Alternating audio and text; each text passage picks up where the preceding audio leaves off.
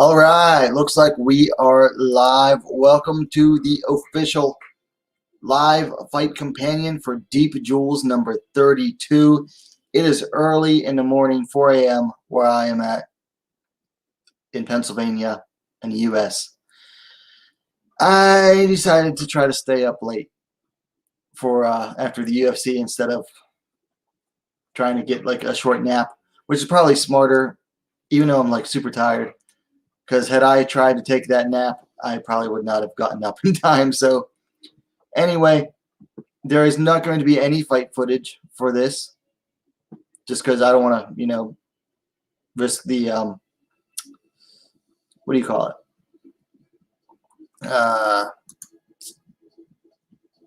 Copyright strikes. So if you were looking for fight footage, I do apologize. You're not going to get it here. But the chat is open, so feel free to chat along. And looks like they're going to get ready to start the opening ceremonies pretty soon. There's a kickboxing fight, amateur, and an amateur MMA fight before this, so they're fairly entertaining. I'm going to have to probably mute this completely.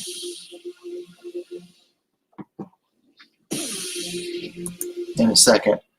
Anyway, let's get into the fight card. There's the official fight poster. I like it. It's artsy, but not like too artsy, which I don't like anything too artsy. You can tell who pretty much every fighter is. Of course, pay-per-view, which if you're watching this, I hope you already purchased it. I bought it early bird. I got it for 2,500 yen.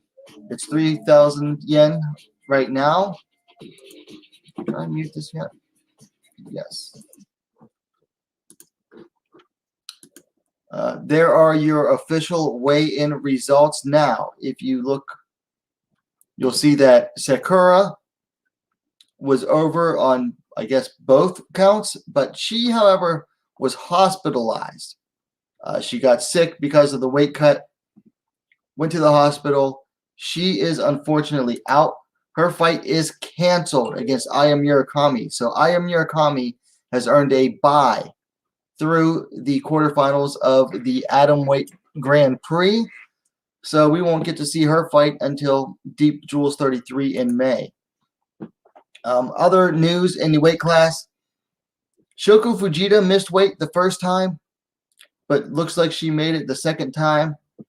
Now, Amiba Yukaoya missed weight by enough of amount that she got penalized. The only way she'll be able to win this, her bout is actually she won't be able to win her bout at all. So if she wins, she gets a no contest, much like what happened with Sakura back in Ryzen on New Year's Eve. It's unfortunate news about Sakura. Obviously, some blame you got to put some blame on the fighter. She did miss weight, but also I want to put blame on her team, who weren't doing. I think her team failed her. They weren't doing enough for her. Far enough out from the fight. But also, I think Deep Jewels deserve some blame for themselves. She had never fought at atomweight before, and they booked her for an atomweight tournament knowing that she would absolutely have to make weight. Okay, the lowest she ever fought at was super atomweight, which was 108. And she missed that weight back in New Year's. However, that was short notice, so, I give people a little bit of a pass for missing weight on short notice. But Deep Jewels should have known better than to book her at an atomweight bout in a tournament when they knew she had never fought at atomweight before. All of her pro fights so far, which aren't many, have either been at strawweight, like a 110 catch weight, or at super atomweight, which is 108. So Deep Jewels definitely sort of brought this on themselves. But of course, blame also goes to Sakura and her team. Anyway, I hope Sakura is okay. I wouldn't wish, that kind of thing on anybody. So it looks like they are getting the intro underway here. The fighters are making their entrance. They're listing them up one by one. There's Yukari Nabe. Wait. There's Megumi Sugamoto. She is in a grappling bout with Seika Izawa. There is Seika Izawa, the fighter who was meant to challenge for the title, but is not because her opponent dropped out. Then we have, that is, oh, that's Emi Sato. And then now we have Akira Aono.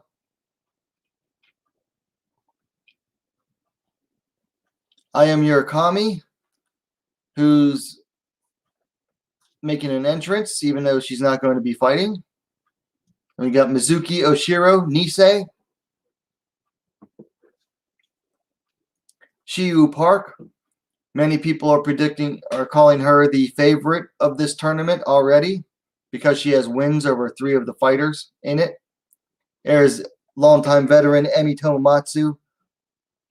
And last but not least, there is the deep microweight champion Saori Oshima, who actually just lost to Park back in December.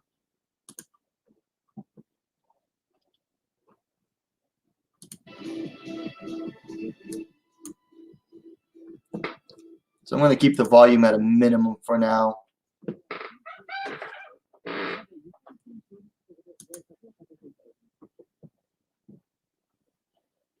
Let's see if they have any of them talk.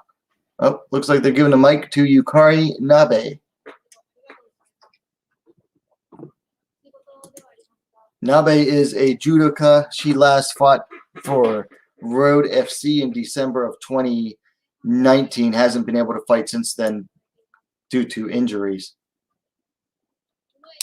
which she kind of lucked out with COVID and a lot of fights getting canceled because of COVID. So just gave her more time to focus on recovery.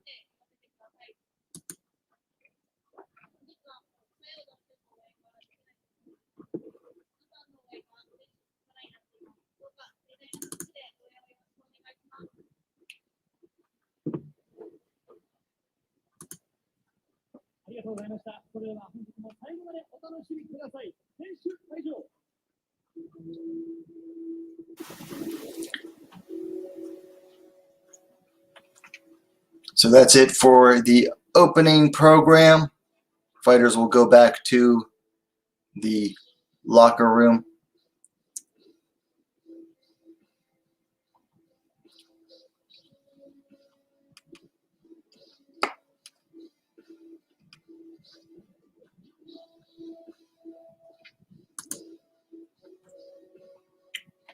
Looks like the participants have died out for a little bit, which that's okay.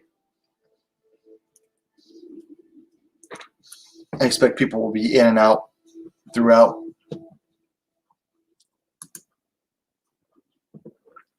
So they should be getting ready for the first fight, which will be between Kate Lotus and Hime. Oh, looks like we got a VTR first.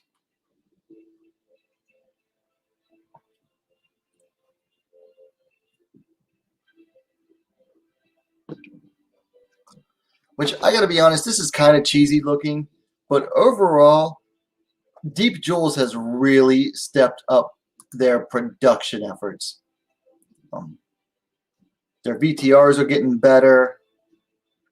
Just the overall video quality. Well, the overall video quality of the live fights themselves are about the same, but you know, they've really stepped up their promotion efforts with their VTR videos and promotional efforts and everything. They've gotten really good.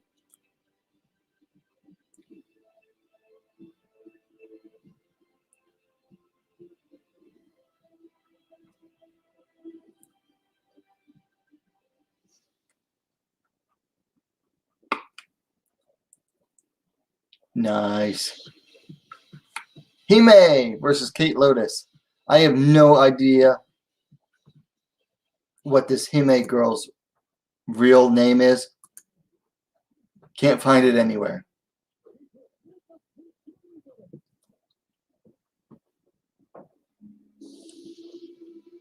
But Kate Lotus looks to be one of Deep Jewel's like fighters that they're going to promote in the future at 55 kilos. Huh?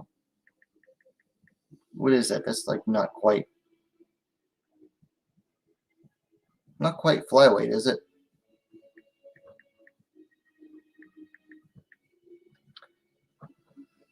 So this is a 121-pound catch weight, 55 kilograms. Hime making her way to the cage first. I'm surprised this is a cage today because usually Deep Jewels, if they run events by themselves, not in conjunction with parent promoter Deep, they tend to use the ring, but they're using a cage today. A part of me thinks it might be because they're in Karakuen Hall, but then I also remember, hearing a while back that it is really hard to get the cage into Karakuen Hall and put together because I guess they only have like one big freight elevator. I don't know. So Hime's in the ring, and now Kate Lotus will be making her entry. Looks like she's getting herself psyched up.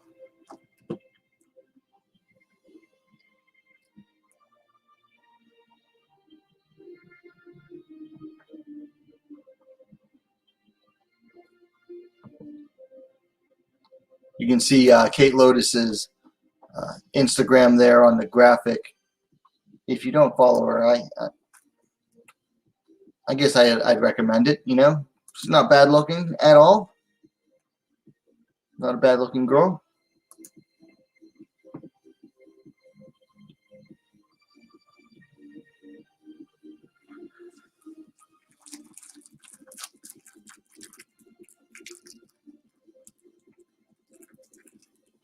She's rep pretty heavy by mob styles. You don't usually see like a fighter get a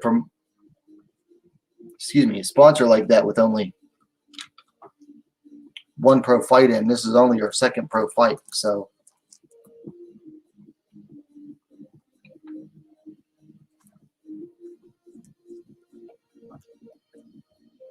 let's see if I can bring up some stats for these two.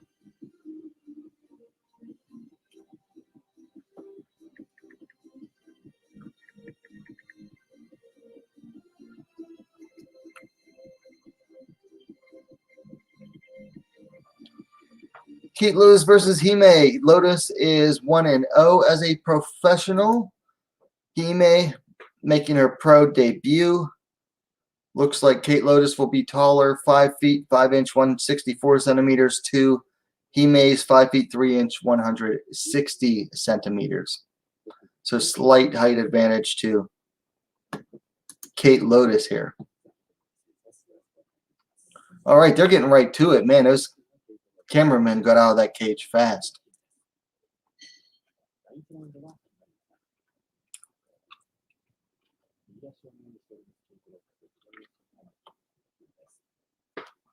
All right, so they're getting started in the center of the cage. Ooh, they're already starting to strike a little bit there. Trying to find their range. No, just a little bit of feeling out here first.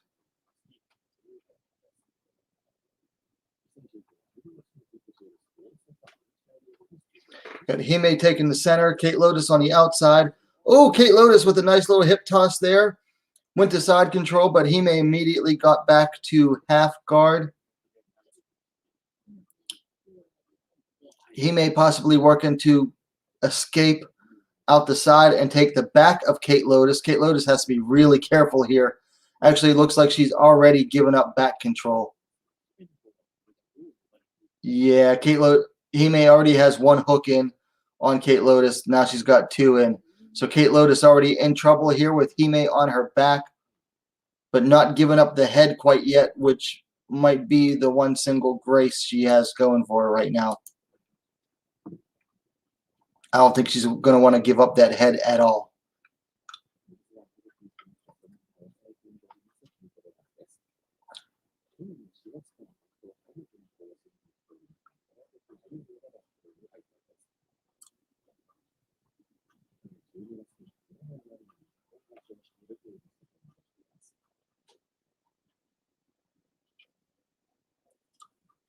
Kate Lotus pushing Hime up against the cage now. But Hime still on the back of Kate Lotus. But Kate Lotus not letting go of that head of Hime at all. So Hime has the hooks in, but you could still kind of argue that Kate Lotus has the dominant position here.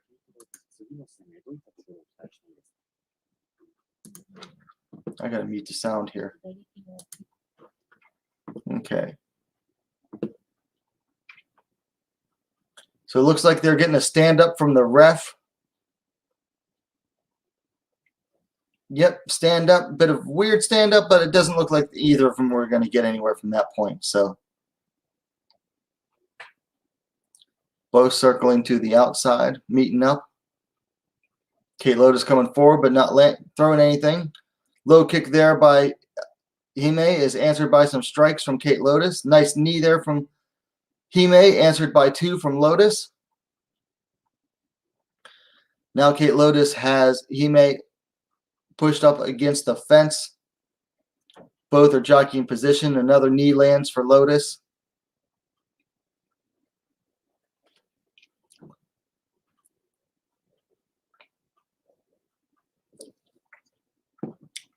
Some more knees from Kate Lotus. Punch to the belly from Hime. Followed up by another knee to the thigh from Kate Lotus. Just a reminder to the viewers that the chat is open, so feel free to chat away if you'd like, or leave a comment. Kate Lotus still pushing Hime up against the fence in the clinch. But Hime manages to reverse position, but Kate Lotus puts her right back in there. Kate Lotus almost went for another hip toss, but didn't quite get it. They're still pummeling away for position up against the cage. Punch to the face by Kate Lotus and another, but Hime looks to be trying to reverse position. Doesn't quite get it. Good balance and weight distribution shown by Kate Lotus to manage to keep position. And they both go down. I'm not sure who quite threw that takedown. Looked like Hime. But Kate Lotus, each fighter has their arm wrapped around the other's head, both trying to go for position. But Kate Lotus looks like in a really precarious position here, almost giving up her back. Now Hime pushing her up against the fence as they're back to their feet. But Kate Lotus manages to escape and gets a punch on the break. Both fighting back at range now. A kick to the side is caught by Kate Lotus, who pushes Hime up against the fence, starts landing a couple punches to the face. Kate Lotus going in, trying to get those punches, but she decides to go ahead and let the leg go as the first round ends. So that is the end of the first round of the first fight on the main card here. Very close round. No fighter ever really had a definite advantage. I'd give most of the control time to Kate Lotus. She was the one controlling most of the clinch there, so can't blame her.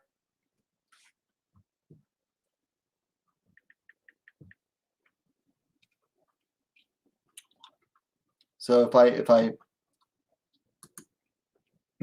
arm behind my arm, pulled behind my back, I'd give the first round to Kate Lotus.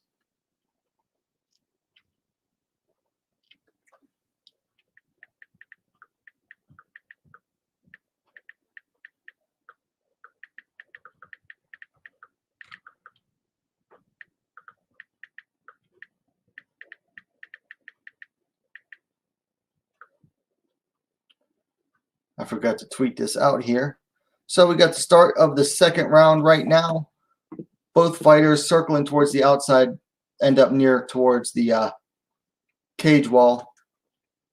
Kate Lotus throwing a low calf kick before entering for some punches, but driven back out by Amoeba. Jumping knee there by Hime.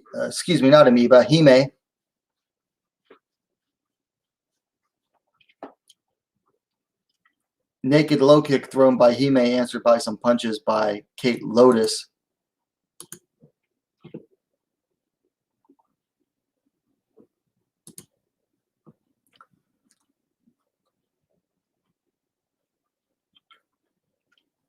Punch by Hime, answered by several punches from Kate Lotus, with ending with a left high kick there, just to punctuate, like, you come at me, I'm going to counter you 3 times hard.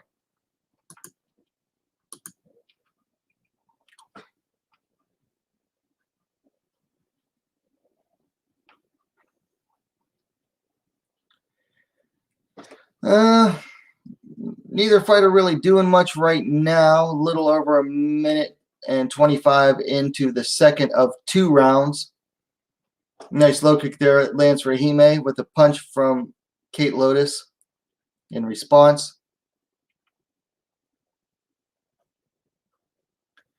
Jumping punch there from Hime, answered by with a counter by Kate Lotus there. Kate Lotus seems content to let Hime, drive the action while she counters. Another low kick there by Hime, and then another answered by a punch from Kate Lotus. Hime dropped levels for a takedown, but has Lotus stuck up against the cage right now. Knee lands for each fighter. Kate Lotus seemingly looking up at the clock real quick. Hime struggling, trying to drag Kate Lotus to the ground, but Lotus managing to keep her balance. Eats a couple knees. And then now we got a nice exchange of knees in the clinch against the fence here for the 2 catchweight fighters.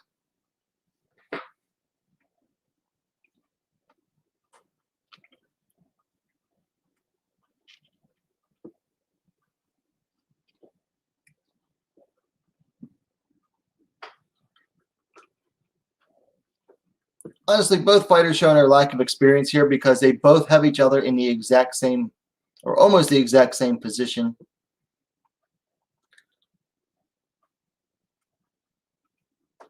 We finally get a break in the clinch action here. Minute 55 left to go in the second of 2 rounds. Hime moving forward. Kate Lotus on the back foot. She's largely spent the fight waiting for Hime to throw a strike before landing 2 or 3 in a counter. Nice jab there lands for Hime.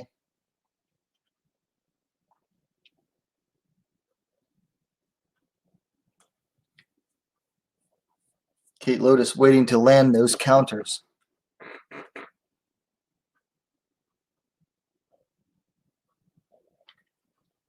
Right hook there somewhat lands for Kate Lotus.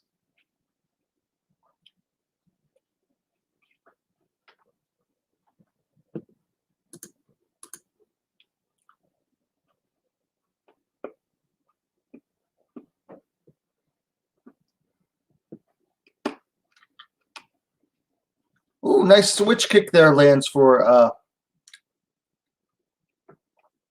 Hime.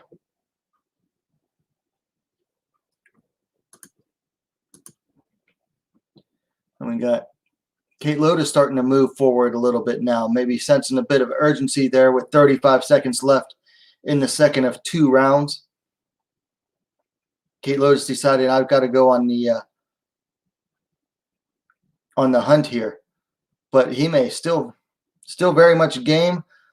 Side kick there from Hime. Kate Lotus not really finding a home for her punches right now. Hime coming in on her. They're both getting very aggressive. 10 seconds left in the round. And they're both starting to looks like they're both swinging for the fences for the finish here. Hime hurts Kate Lotus. Ooh. Kate Lotus hurt up against the fence just as the round ends. Very nice finish to the round there for Hime. But we'll have to see if that is enough. I think Hime was definitely getting the better of the strikes in that second round there when they were at distance. Kate Lotus mostly getting a lot of the control again. We'll have to see what the decision goes to. So as soon as they pull him back in, I will turn the volume back up a little bit for the decision.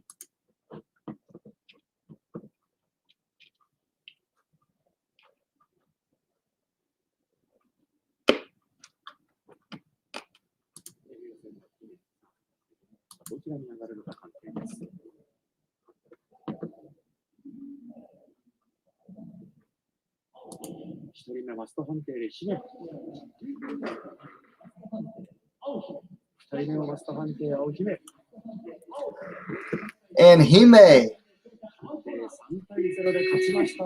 wins by, looks like, unanimous decision, making a successful pro debut there. Congratulations to Hime. Kate Lotus drops to 1-1 as a professional. But still a nice effort there from Kate Lotus.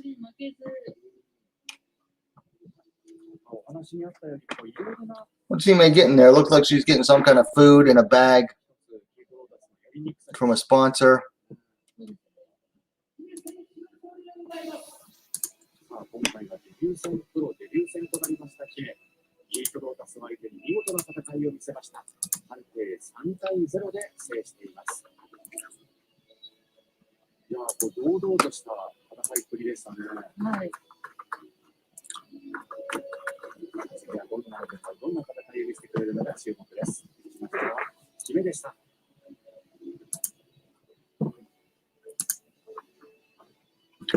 Blue Dash says, let's see, both these girls are very early in their career, so hard to judge them right now.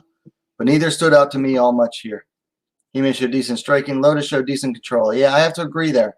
You know, they're still very early in their career, so it's going to be hard to know how good they can be. Let's see. JP value striking a lot, so if you're winning striking, you're likely going to win. I thought Hime deserves to win either way, though. I could have seen it going either way, honestly.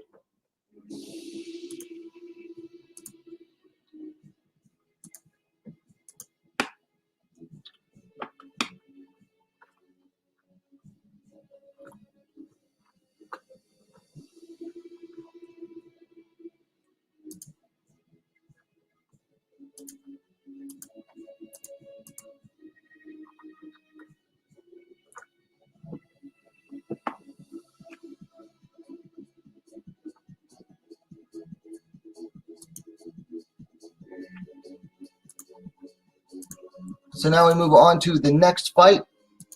Going to be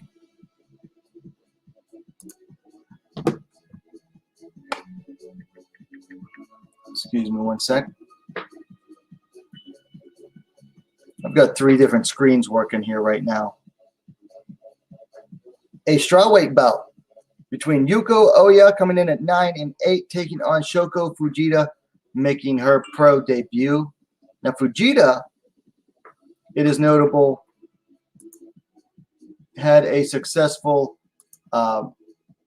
amateur bout against Kate Lotus, so she's going to look to build on that little bit of hype right there with this one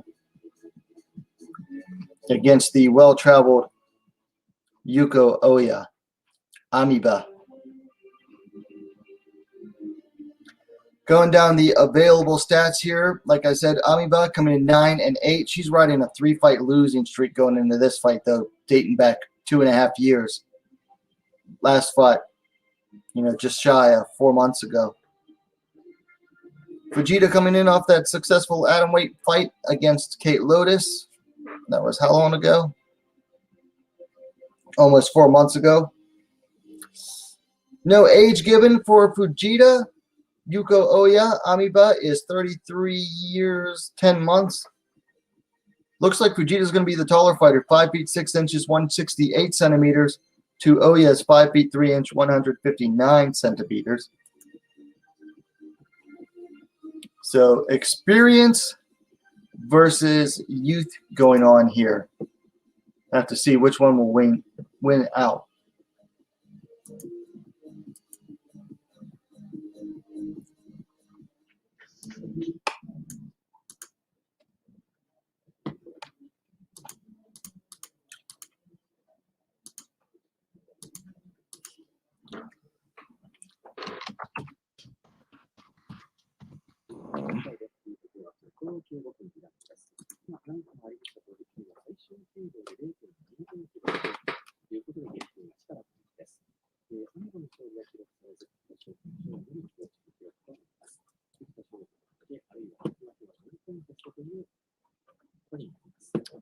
Okay, getting ready for this second match of the morning or evening, depending on where you're at. Strawweight bout, Yuko Amiba Oya taking on Shoko Fujita. Fujita with the lighter colored hair. Amiba in the mob styles, short sleeve rash guard.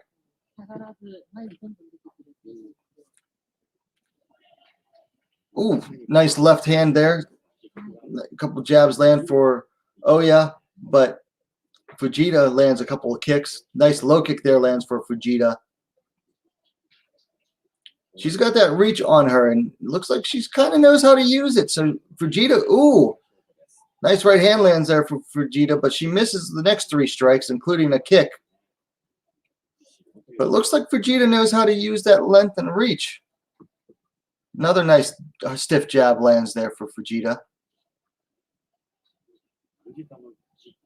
Yeah, Fujita really having her way with Oya, who goes for the takedown, but is stopped and reversed by Fujita, who goes all the way to side control, but gets sloppy. So Oya gets back to guard, but nope. Looks like Fujita just about passed to side control there. Yuko Oya fighting sloppy. But man, just to get back to full guard, she's going for the high guard now. She's going to try to wrap up an arm for an arm bar here. Shoko Fujita. Oh, nope. Fujita escapes and now has almost mounted. And we got a sloppy scramble. Both fighters back to their feet. Amiba eats a knee from Fujita.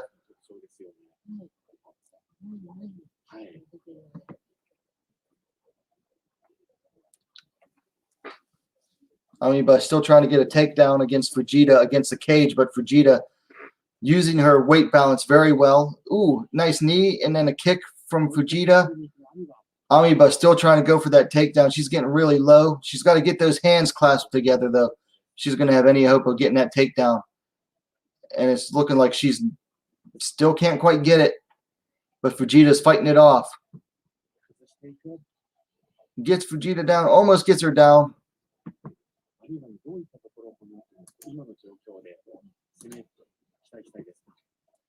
Finally got him separate, but Fujita needs to get her back off the cage right now. She needs to.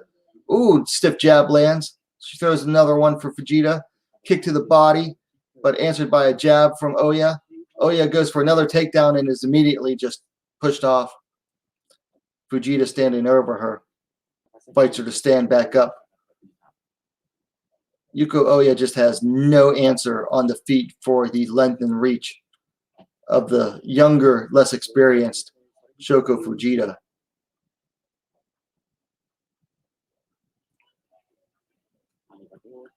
Another stiff jab lands and kick to the body. Oh, looks like Fujita has Oya hurt, who goes for a panic takedown. Fujita has Oya mounted.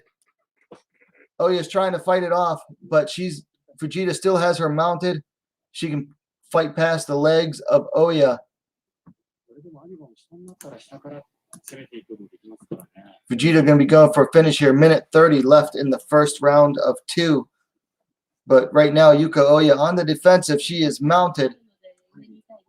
That has the posture very high. Using her legs as a defense. But Fujita has one of the arms of Oya, but I think she's content to stay and mount.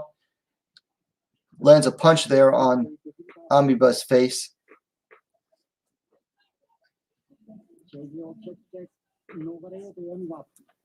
Amiba kind of stuck with her butt and legs against the cage here. And Fujita's trying to stretch out her arms and stretch her out a little bit, trying to get her off the cage so she can, sit up more easily to land some ground and pound.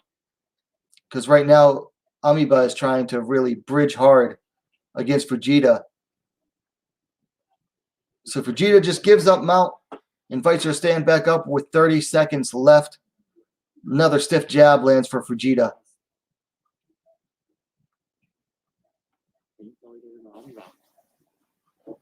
Both fighters in the orthodox stance. But Amiba Yuko Oya, she has no answer for the length and reach here of Shoko Fujita. Ooh! Hard right hand lands for Fujita. Amiba goes for a takedown and is stuffed by Fujita right at the bell. And there goes the sound for the end of the round for this strawweight bout. And Shoko Fujita just has, excuse me, Yuko Oya is really going to have to, her corner is going to have to give her some good advice for this second round, because right now she is just way behind, and I didn't realize the sound was still on. But Shoko Fujita showing calm, poise, using her length and reach well, which I gotta say, a lot of MMA fighters, even experienced fighters, don't know how to use the jab quite like that and how to use it to keep the reach and distance, keep the range. But Shoko Fujita looking very nice on the feet.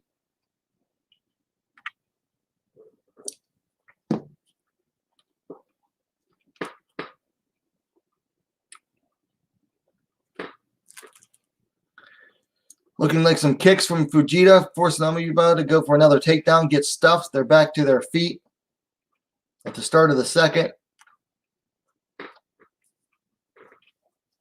Yuko Oya seems like she knows her best chance at this fight is on the ground. Ooh, we got a timeout here.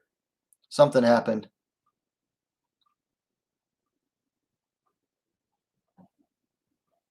And the referee goes and starts the fight back up again. Not sure what that pause was about. Fujita backing Oya up towards the cage with some kicks.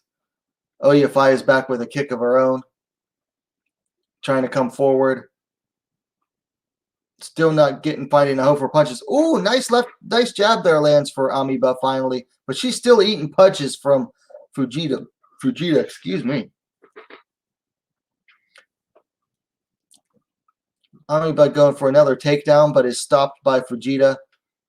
Amiba has Fujita now clinched up against the cage.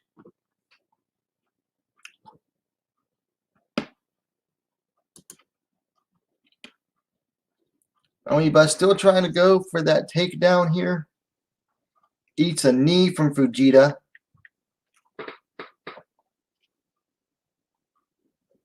Amiba has her hands both clinched around one leg, so she's going to be going for a high crotch single here. But I just don't think she's going to be able to get it. Fujita using her balance really well so far and pushing away on the head of Amiba, who lets it go, and they are both back towards the center of the cage now.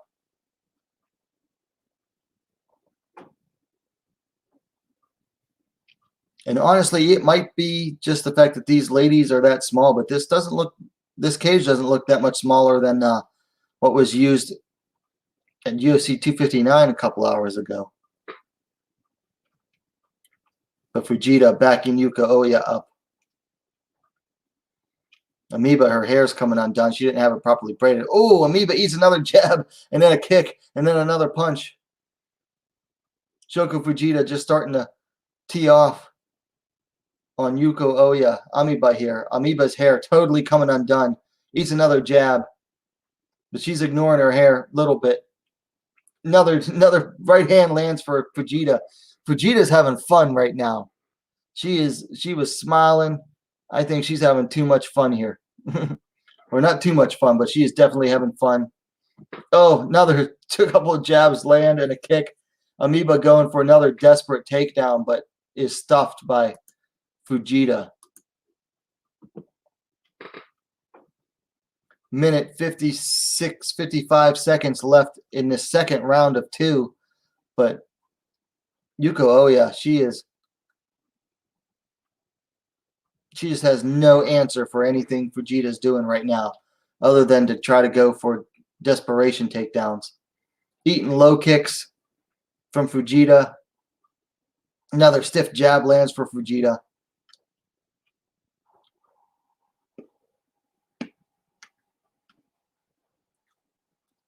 Referee looking on closely. But another jab lands for Fujita, and another, and then a right hand. Amoeba goes for another takedown under, ducks under, punch for a takedown, but Fujita able to sprawl successfully. Invites Oya to stand back up, or allows her to stand back up. Amoeba, her hair is a mess right now, and she's got to keep adjusting it. But every time she does it, it's going to allow Fujita to land more punches. Oh, another hard right hand lands for Fujita. A stiff jab. Amoeba going for another takedown, but is stuffed by Fujita with a whizzer. Lands another knee against the cage. Fujita pushing the head of Amoeba away to stop the takedown with the, in conjunction with the whizzer. Fujita in total control right now with 20 seconds left. Doesn't look like she's going to get the finish, but I mean, she has just absolutely dominated this fight with her striking.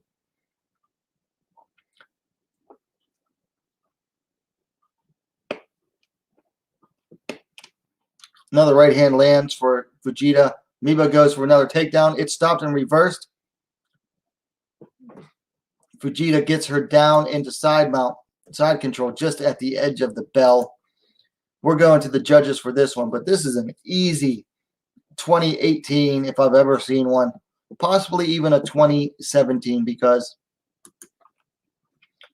I know in the second round, Amoeba basically had nothing to offer there. So Fujita easily taking this fight on the score judges' cards. So this will be like fourth loss in a row for Yuko Oya. And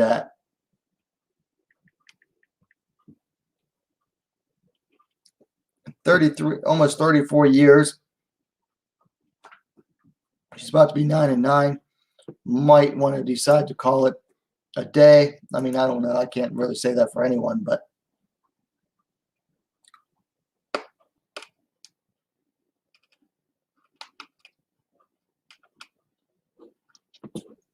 we're going to the judges here, waiting on the decision.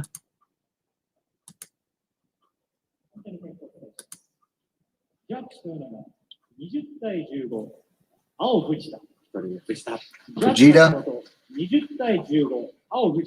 Fujita. And Fujita.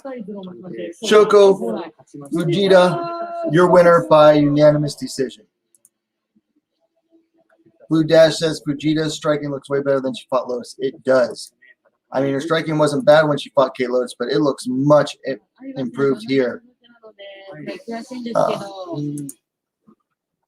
Just dominant pro debut for Shoko Fujita against, you know, a veteran in Yuko Oya. And I mean, yeah, she's, granted, she is like an absolute journeyman, 9-8. She just fell to 9-9, but still, for a fighter to make her pro debut against someone that experienced and to just completely dominate and control, that is still impressive. Very impressive there by Shoko Fujita. And now I got to tweet it out.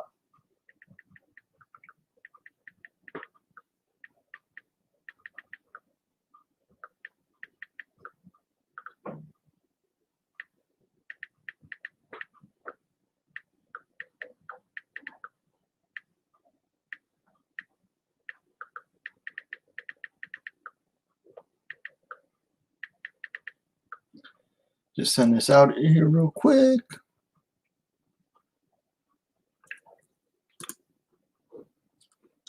Fujita giving a little speech here afterwards.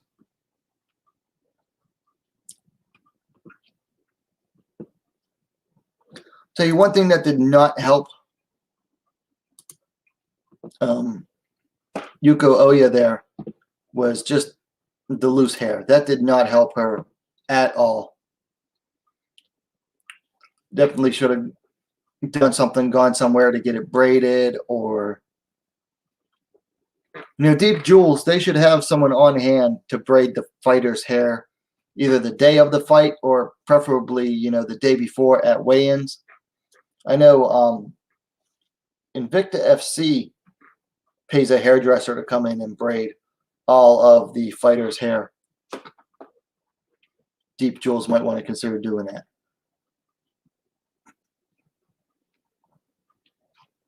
So we are now, 2 fights in already? One advantage to all of these fights being only 2 rounds is that even if they all go to decision, it's still a fairly quick evening of fights, which early in the morning on a Sunday, not having slept, I can't complain too much there. So next up, we're going to go to a flyweight bout. Yukari Nabe taking on Miko Nirvana.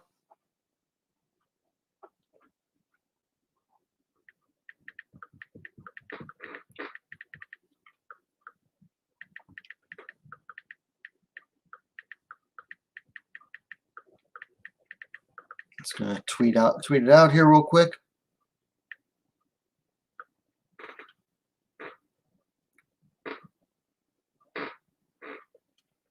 What's her name? Mikiko Shimizu. Miko Nirvana, Mikiko Shimizu now making her way into the cage.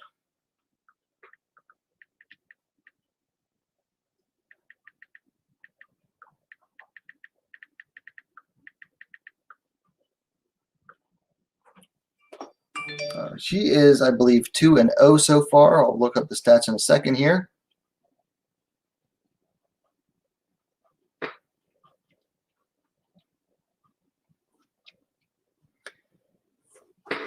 Mikiko Shimizu, Miko Nirvana, is 2-0 as a professional. She's coming off a win over Mika Arai just over 2 months ago.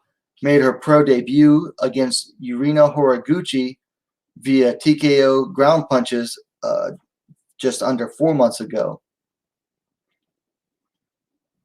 So she's coming off a win over the more experienced, but probably smaller Mika Arai.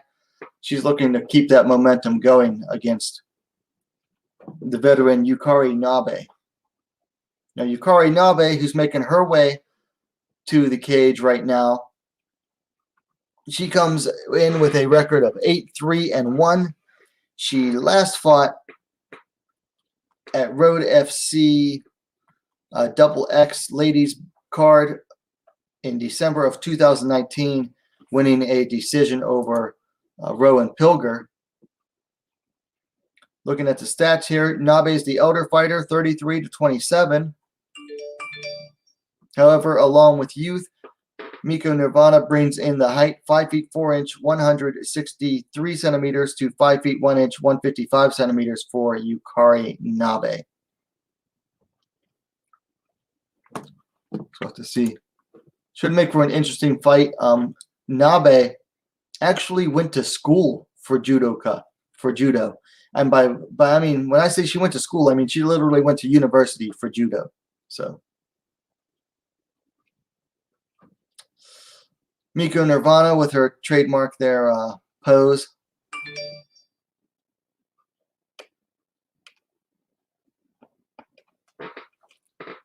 This is yet another 2-round fight of 5 minutes each round.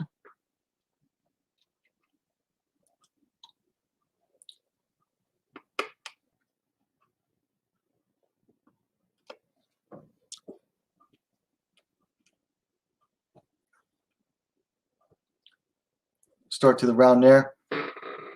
Miko Nirvana lands a low kick followed by a jab. Nabe lands a big right overhand right that rocks Miko Nirvana. They're both struggling. Nabe lands a throw on Miko Nirvana, immediately moves to the back. Miko Nirvana trying to stand, but Nabe gets in the hook. She's fighting for a rear naked choke already. Only has one hook in. There goes the second hook. She's not under the chin yet, but she's fighting for it. Nabe could get a quick finish here. She lets go of the choke, but she still has back mount. Looks like Miko Nirvana's going to roll over, give up full mount here. Holy crap, that was a big punch.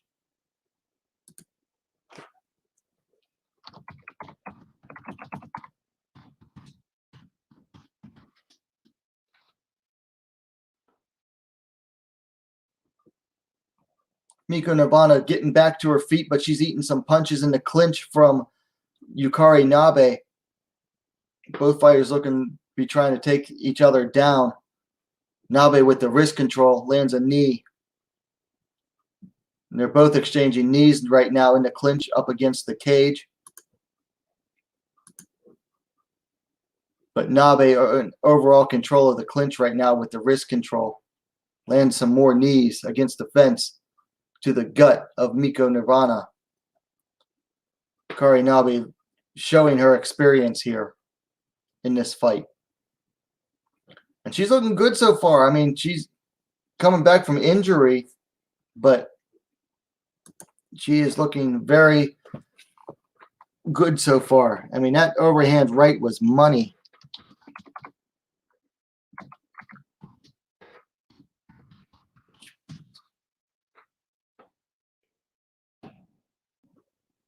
Yukari Nabe still landing some knees. Oh, stepped in for another hip toss, but got denied there by Miko Nirvana. But Nabe still very much in control here right now with Miko Nirvana pressed against the cage. Miko Nirvana trying to fight it off. Lands a knee to Nabe. Gets out of the... Ooh, nice trip there by Yukari Nabe, who immediately moves to full mount. Yukari Nabe on full mount on Miko Nirvana right now. Miko Nirvana trying to fight her off, but Nabe giving up her back now is Mikako Shimizu. So Yukari Nabe trying to hunt for the rear naked choke again, but also trying to land punches. Nabe landing punches from back mount to the head of Miko Nirvana. Miko Nirvana has no answer right now with just under 2 minutes left in the first round. Miko Nirvana back to her feet, but Yukari Nabe still in a dominant position, but she gives up position to Miko Nirvana now, who's trying to take Nabe down up against the fence. But Nabe with another nice hip toss there. Straight to side control on Miko Nirvana. Nabe moving to, almost trying to move to mount here. She's got her one leg and she's in half guard right now, but she's got like her one leg in a weird position. She's got to try to get that leg out. Yeah, so Sakura, she had actually never fought at atomweight before, so I was kind of worried about her making weight. Hopefully she's okay. She's in the hospital now, or she went to the hospital yesterday. Yukari Nabe here still trying to work side control, but still has one leg caught by Miko Nirvana. Landing some punches now is Yukari Nabe.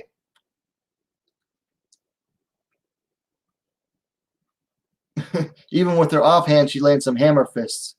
But Yukari Nabe, she looks, really intent on finishing. 15 seconds left here. I don't think she's going to be able to get, the leverage from this position to land some fight finishing punches. Looks like we got about 10 seconds left in the round. Nabe with some couple hammer fists there. And they're going to end the round in this position here. So, yeah, Sakura missed weight. She did miss weight in Ryzen. That was like, I think, a short notice fight.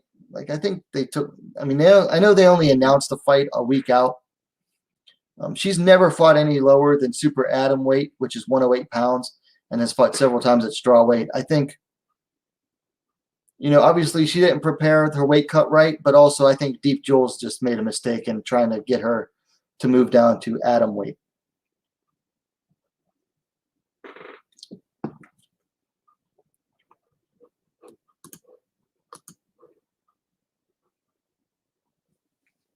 So we are in between rounds. Miko Nirvana sitting. Looks like she's sitting. No, she's standing.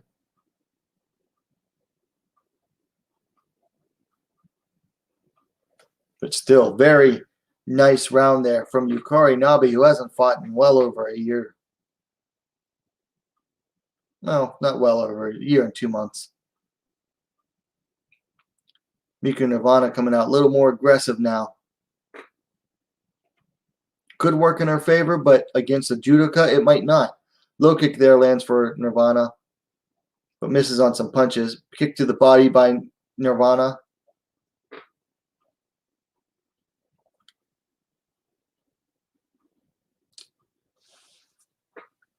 Miko Nirvana trying to find a home from her punches, but both of them are way outside of range. Oh, Nirvana tries to close with some strikes, but allows Nabe to get the clinch. Nabe now clinching Nirvana up against the cage, landing some punches over top to the head. Nabe with wrist control and one underhook. Nabe dropping low. Looked like she was going to drop for a takedown, but still could get it. And she trips Miko Nirvana to the ground. But Miko Nirvana looks like she's going to try to go for a possible knee bar here. Nope, ankle lock. Some kind of ankle lock that Yukari Nabe is going to have to try to fight off.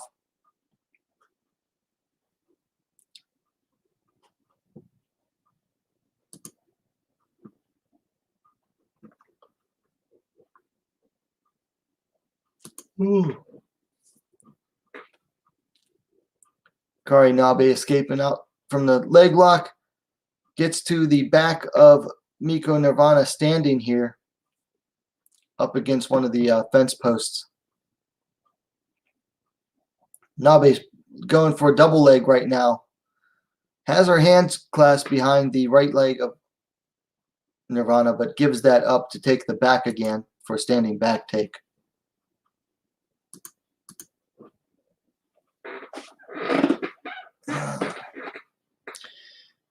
So Nabe still with the standing, no, not really standing back take. She has the back of Miko Nirvana. Looks like she's going to be trying to trip her down here. But Miko Nirvana doing everything she can to fight it off right now.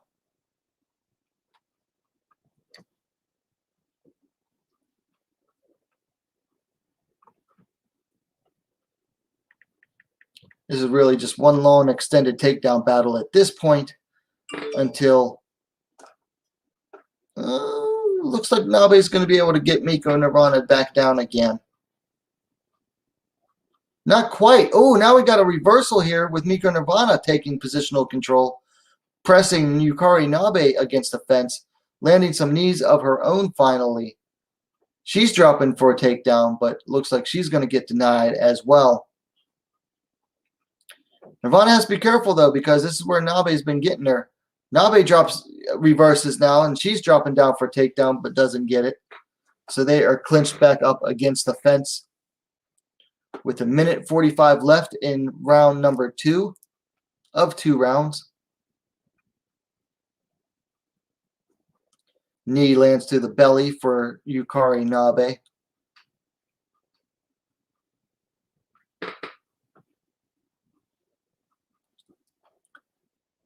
Looks like Miko Nirvana trying to drop down for another leg lock, but isn't going to be able to get it.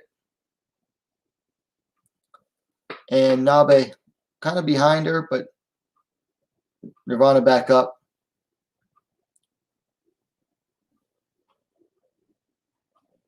This is getting kind of predictable at this point, unfortunately.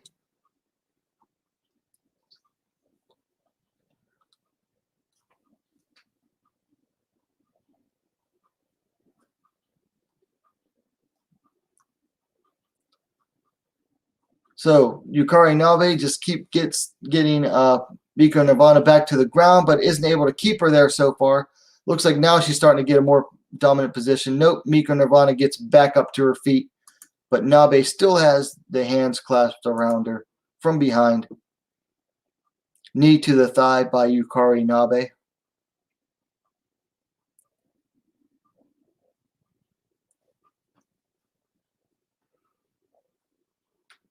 Ooh, excuse me.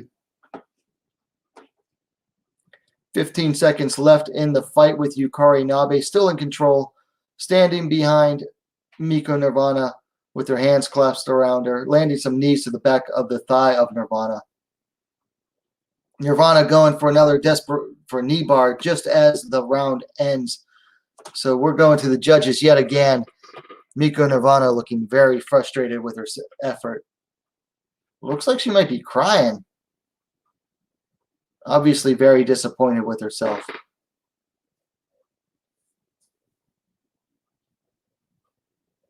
Yeah. Aw. That's sad. I mean, she's got nothing to be ashamed about. I mean, it's only her third pro fight. Yukari Nabe, she's on.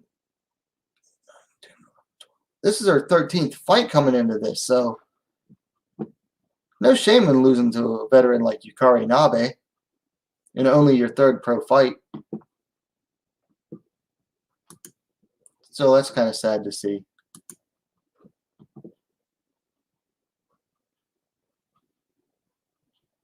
She doesn't want to come out. Aw.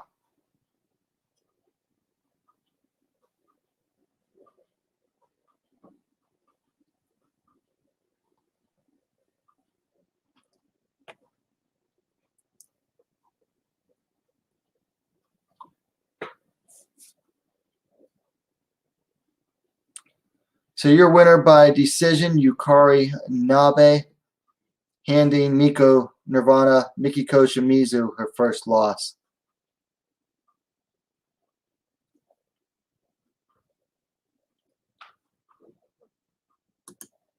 She's gonna. Let's take some comments. Blue Dash, only consistent commenter right now. I wonder how this will affect tournament. Will Murakami? So yes, Murakami now has received a bye into the semifinals. Shouldn't be ashamed at all. No, she definitely shouldn't. Nabe losses also from pretty tough opponents. Yeah, I was looking at that list. Kanako, Murata, Shizuka Sugiyama, and other people who have beat Nabe, so her third fight. Yeah, I agree. That is pretty good for her to be able to hang with someone like that in only her third fight. So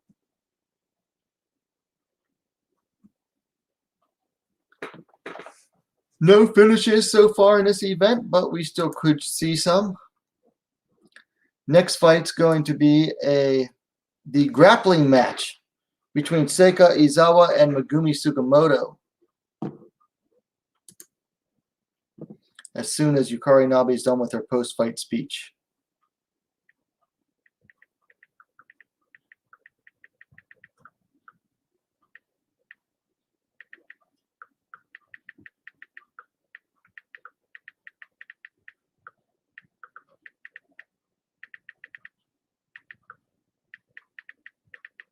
Jules, hashtag WMMA.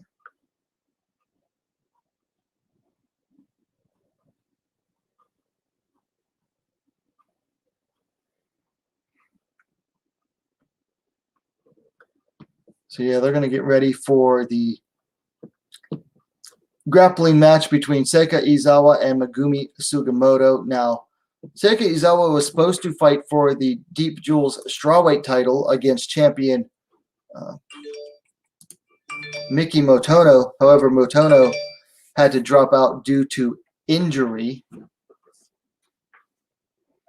So Megumi Sugamoto signed back with Deep Jewels and took this grappling bout, and the strawweight title fight is going to happen at Deep Jewels 33 in May. So Megumi Sugamoto making her entrance. While she does that, guys, I'm going to go and rinse my eyes out real quick. They're just really dry and bothering me, so I will be right back.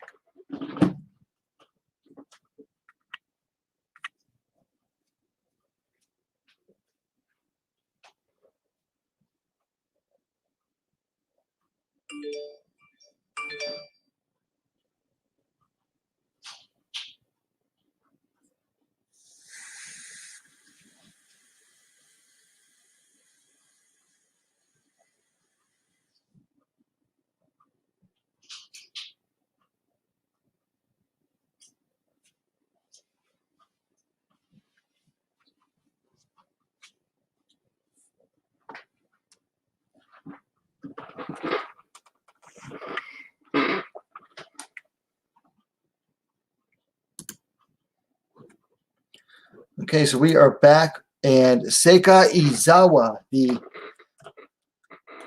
2-0 strawweight, is making her entrance. Now, she beat Miki Motono in a non-title bout at the last Deep Jewels 31 back in December, and so she had earned a title fight for this event. However, Motono suffered an injury, so that rematch for the title is being held off until May. So we get a single round 5-minute grappling bout here.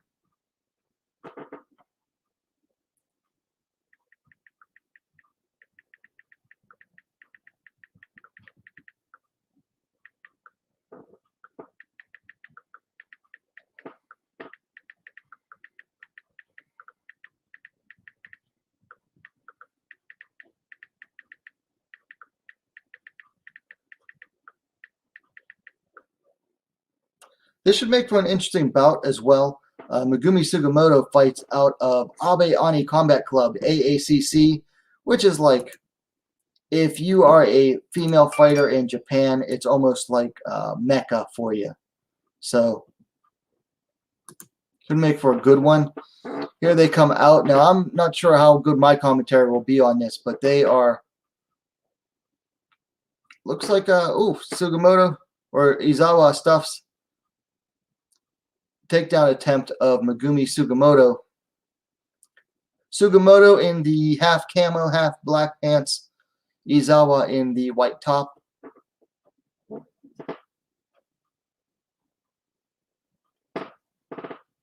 They are both back to their feet, which is what I like to see. I like to see, grappling matches that actually go for takedowns. Ooh, Izawa gets Sugamoto down and immediately takes her back. She's going for the rear naked choke. It looks deep. Sugamoto might have to tap out here. It is deep. It is under the chin, and Sugamoto taps out very early in the round. Your winner, Seika Izawa. She is no slouch on the ground there. Nice, quick win for Seika Izawa. First rear naked choke submission.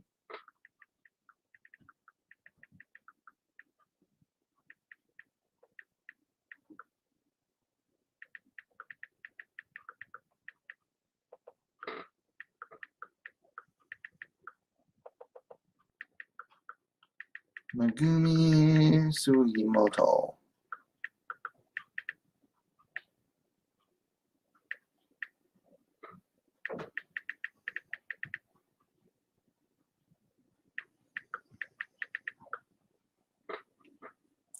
Nice win there for Seika Izawa. That was almost effortless. Very nice. She's this young lady, for my year-end awards, I named her my prospect to watch in 2021, and I still cling to that. She has been practicing judoka since she was a little kid, and then she took up wrestling, and then she took up MMA just in order to keep busy.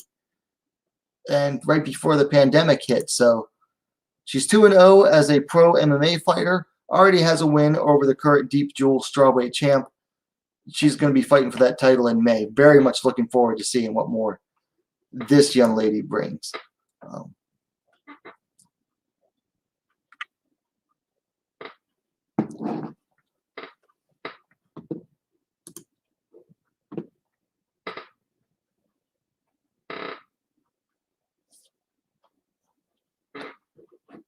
So that is it for the grappling bout as Seika Izawa gives her speech, which means we are moving into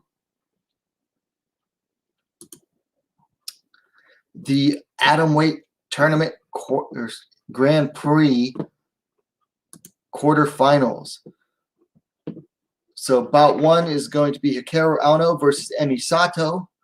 Bout 2 was meant to be Aya Murakami versus Sakura, but that bout is canceled, and Murakami is now moving on to the semifinals with a bye. Bout 3 is going to be Shiyu Park versus Nisei Mizuki Oshiro. And then bout 4 is Saori Oshima versus Emi Tomomatsu. Tomomatsu, the second, no, actually, excuse me, Emi Sato is the eldest fighter in the tournament at 40, but Emi Tomomatsu is the most experienced fighter fighting today, by far.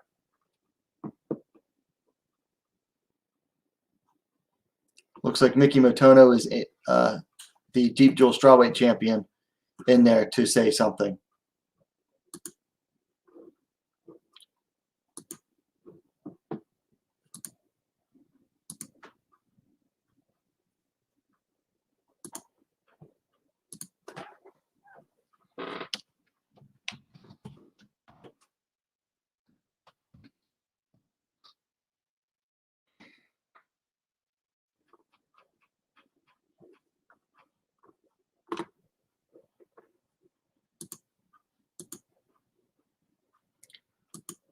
So they're doing a little bit of face-off before their rematch in May. That will take place at Deep Jewels 33. But they haven't announced a date for that event yet. So still very much looking forward to that fight. So now we're going to get into atomweight Grand Prix time. And the first bout is going to be Hikaru Aono versus Emi Sato in a rematch that took place in, I believe, 2017.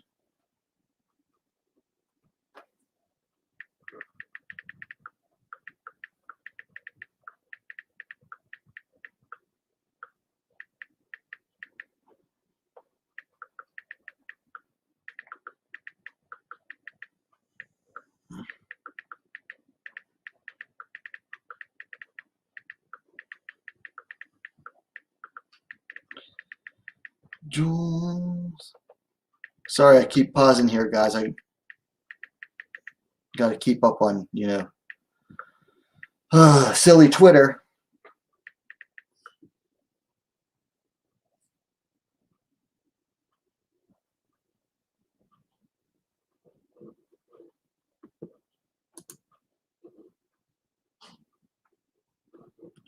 Let's see. So they're going to take time showing the VTR. They're available on YouTube, but each of these tournament fights had their own, VTR promo video, and they're all pretty good. They're just, several minutes long each. Hikaru Aono, she has such a weird build for a woman because she is kind of built like a dude wrestler. She's, stocky, broad shoulders, thin waist, but then broad, hips, but not in feminine, but very much like a wrestler too. I mean, she's strong and beefy, but there was a replay from the first match when Sato defeated Aono via armbar.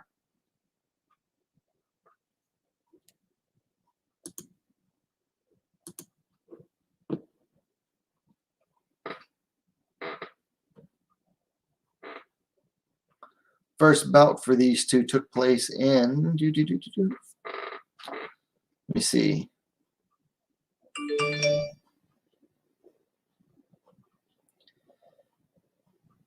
They fought in 2017 at Deep Jewels 18 on December 2nd. That was actually Hikaru Aono's debut fight. Emi Sato was 1-2 at the time. Or no, yes, Emi Sato was 1-2 at the time. Of course, Emi Sato, she is now 6-4, taking on, no. She is now 4-5, taking on Hikaru Aono, who is 6-4.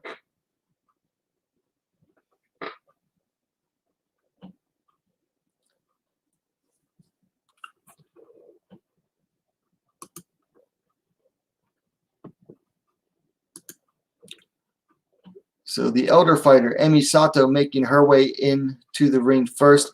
Now, she was not originally scheduled for this atomweight Grand Prix. It was supposed to be Otoha Nagao, who had to withdraw from it due to injury before they even drew the fights. So Oto and Nagao kind of withdrew early, and they called up Emi Sato instead. Sato, the elder fighter in this tournament. She is 40 years old. She's one of the shorter ones, 5 feet nothing, 153 centimeters tall.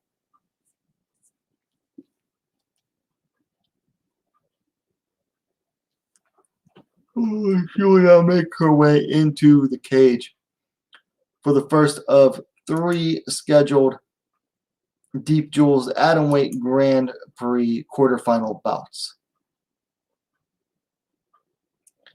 The winners will all go on to the semifinals at Deep Jewels 33 in May, and then whoever wins the semifinal bouts will face each other in the finals on that same night. So you're going to have a somewhat one-night tournament. Aono now making her way to the cage. She is 13 years younger than Sato, 27 years old. She stands 5 feet even, 152 centimeters. So she is 1 centimeter shorter than Emi Sato. Don't know who.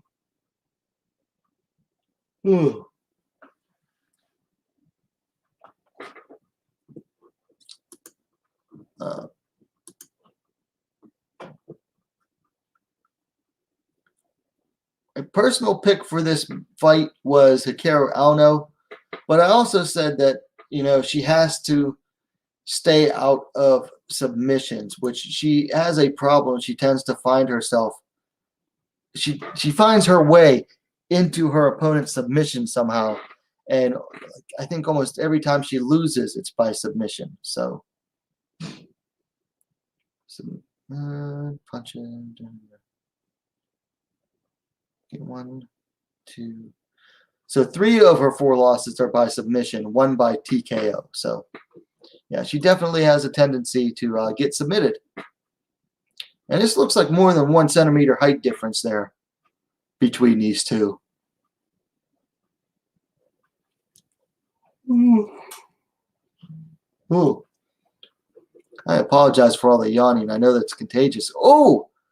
Sato jumps at Aono, and Aono just takes her down straight away. Hikaru in the close guard of Emi Sato, who's trying to break her down, bring her head down. Hold on tight. But Hikaru gets to the half guard of Emi Sato, which is a much better position for her, especially as a wrestler. She can get a dominant. If I were her, I might even try to stay in half guard and just rain down ground and pound, but looks like she's going to try to improve her position first.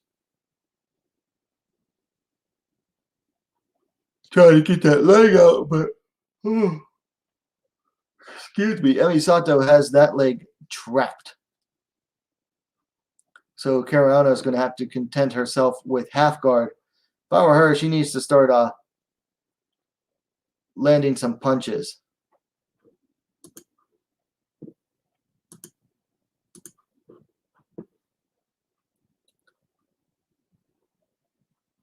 Aono still trying to get out of there and get to side control, but she's up against a fence, so she's kind of stuck. But it looks like she might just be able to get straight up mount on Emi Sato. We'll have to see. Nope, not getting that leg out quite yet.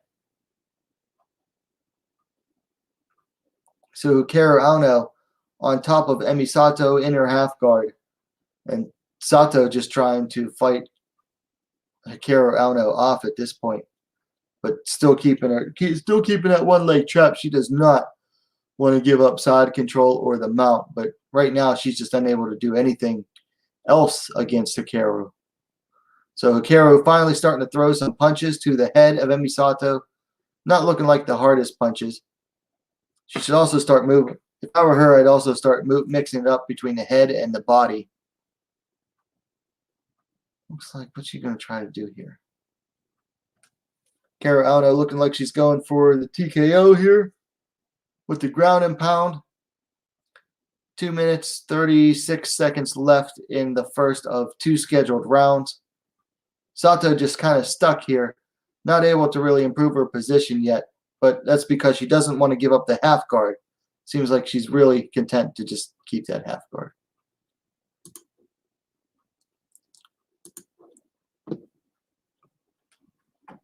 Ooh.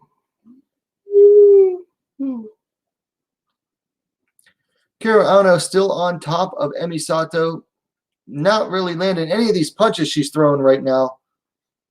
Needs to just stop, readjust, because right now she's just accomplishing nothing other than control time and ride time, because those punches aren't getting through right now.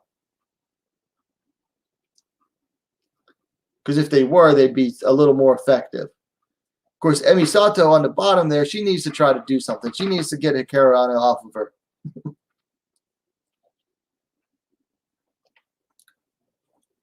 And this is just getting annoying at this point.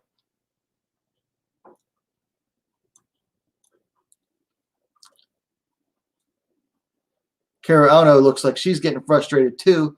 Starting to throw the punches a little harder, but here's the thing. She has Emi Sato's arm, levered against her head. Well, guess what? You're not going to be able to land your punches if you're landing on Sato's arm or hands, and that's exactly what she's doing. Now she's going to the body, mixing it up a little bit, which is exactly what she needs to do. She also needs to try to break the guard, the half guard of Emi Sato. Land some more punches through the body, loosens up the leg just a little bit, but Emi Sato makes the adjustment. Hikaru Aono might be trying to go for the arm triangle here, but note Sato gets her arm out. Still trapping Hikaru Aono in her half guard, but this first round, it is all Hikaru Aono. But just some weak ground and pound. She's not really aiming it anywhere. She's not. Okay, now she's starting to land to the head of Emi Sato.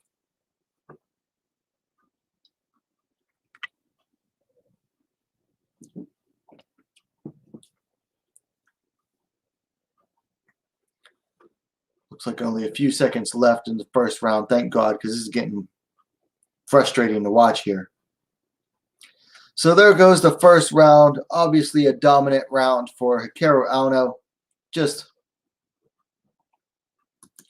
obviously the ground and pound is not doing anything. So coaches need to tell her, to slow it down a little bit. Take your time and try to aim those punches to land the ground and pound. Emi Sato, though, getting some advice from her corner. I don't know what they're hard to guess what,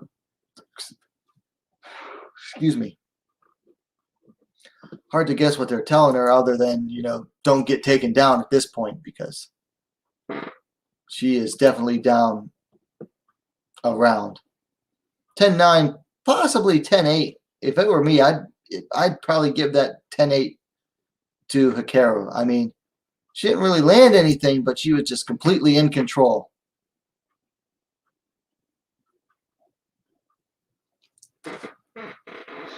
Her back in the center there, Hikaru Aono with a quick takedown on Emi Sato in the center of the cage this time. She's standing over Sato, trying to pass to side control. Emi Sato still manages to keep a leg in, but that's not where she really wants her leg to be. So Hikaru Aono practically in side control, has control of that head.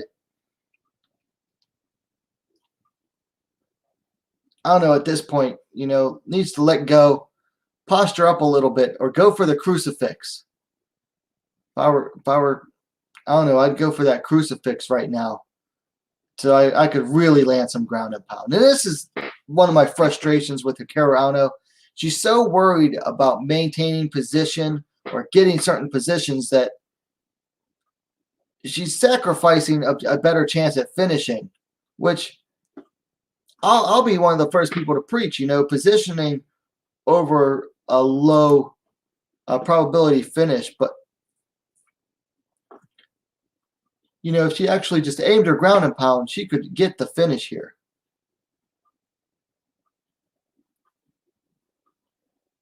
It looks like Emi Sato gets back into full guard here.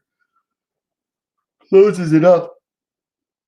Aono on top, but honestly, Sato doing more work on bottom right now with the punches and hammer fists. Aono in the close guard of Sato, eating some punches. But Aono just really focusing on improving their position just purely based on her wrestling and grappling. Standing over Sato. Oh, Sato almost gives up the position. She's got the head and possibly an arm of Hikaru Aono trapped. Hikaru Aono, she's got the arm straightened out against Hikaru Aono. Hikaru Aono's arm is trapped. Sato could be going for a straight arm bar here. This is definitely an unusual position to be in with the arm. But looks like Sato might now be trying to go for a leg lock here. Halfway into the second round, Hikaru Aono finally gets to side control. Emi Sato going to be looking to try to get back out of it. Now they are in north-south. But again, Aono, she has the proper positioning, but she stays low. And see, my problem with her is she focuses so much on just being a pure wrestler. I agree, position before submission, but Hikaru Aono can be frustrating in that she is still so much a pure wrestler, even though this is her 11th fight. Now she gets into full mount. Does Hikaru Aono. And right now she's got to try to steady it out because Sato is trying to fend her off. But what I was trying to say is, you know, Hikaru Aono, she'll get position, but then she doesn't do anything with it because she still is, in her mind and in her heart, she is still a pure wrestler. So right now she has Emi Sato basically flattened out with the guard. She can now sit up and start landing ground and pound, but she's just going to stay close to her, work that arm. She could work the arm triangle, but she's going to work the punches to the body instead.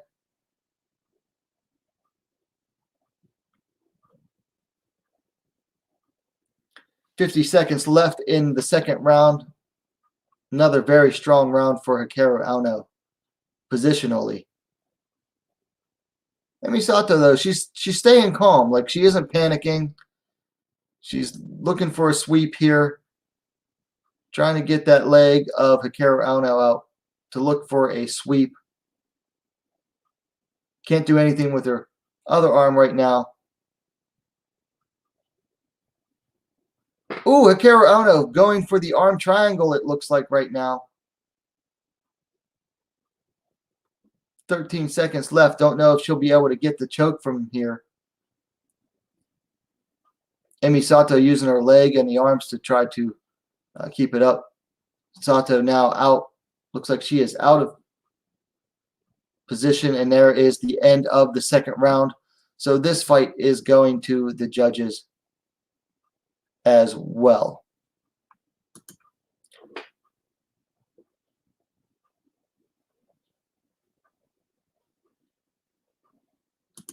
Yeah, Kate Lotus was the second MMA bout. So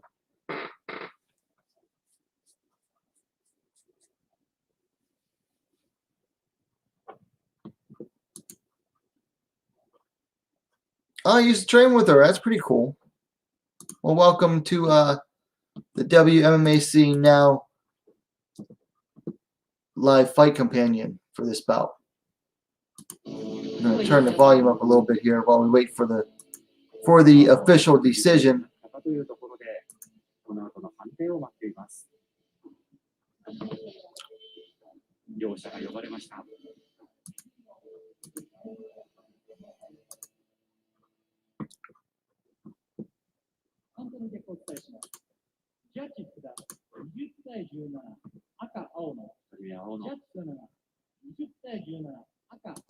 Aono, Aono.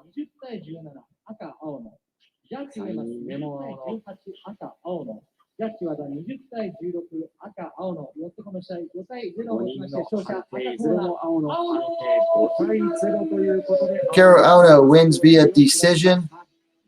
Sounds like one or two of the judges might have given her a must decision based on all the talking.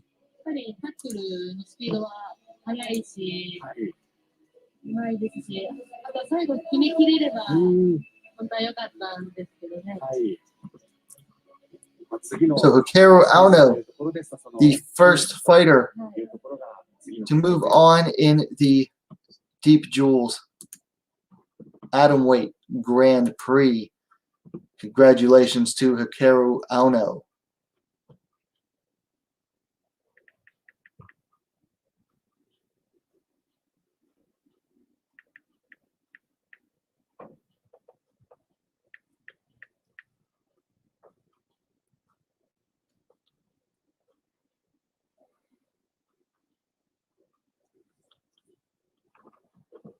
As I mentioned earlier, Aya Murakami receives a bye after Sakura is unable to fight. So, yeah, if the brackets are set up the way I think they are, then Hikaru Aono should be fighting Aya Murakami next. And that should be an interesting one because they are both primarily ground fighters. Murakami, of course, I believe she's a black belt in Brazilian Jiu-Jitsu. Should make for an interesting bout there.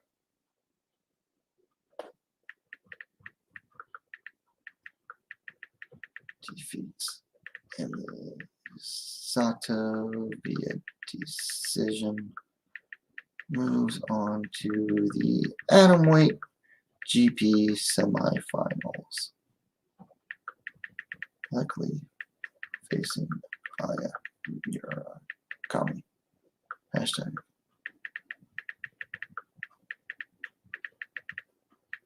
Hashtag WMMA. Hashtag MMA. Okay, so got the tweet sent out, updated. Oh, yep, it looks like she is going to be facing Aya Murakami. They called Aya Murakami in, announced her as a bye winner.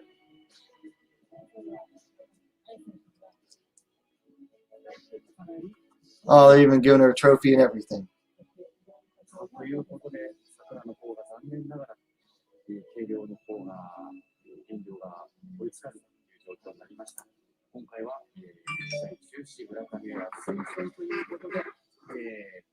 Let me give a gift here.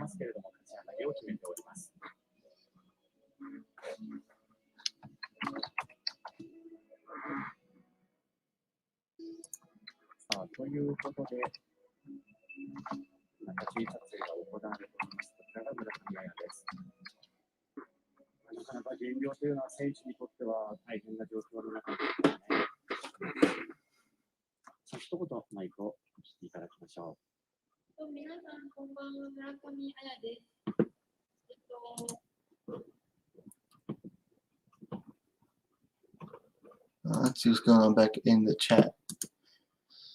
Did you see Nunes earlier? Yeah, that was the very definition of dominance. Animal. Yeah. I mean, Anderson felt like the first hard punch and just the eyes went like a deer in headlights. Just like, whoa. She had never been hit like that before. Ever. Like, I don't even think against training with dudes in training had she ever been hit like that before. And as soon as she felt that power, she wanted nothing to do with Amanda Nunes. Honestly, to me, she looked extremely nervous, like just at the start of the fight. And then once she felt that power, she just realized, like, oh, I'm in deep doo-doo.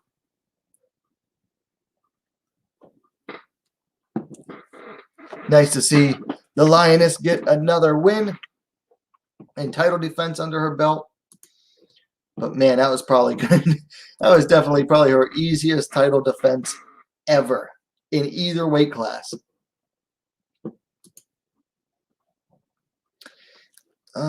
Lemos.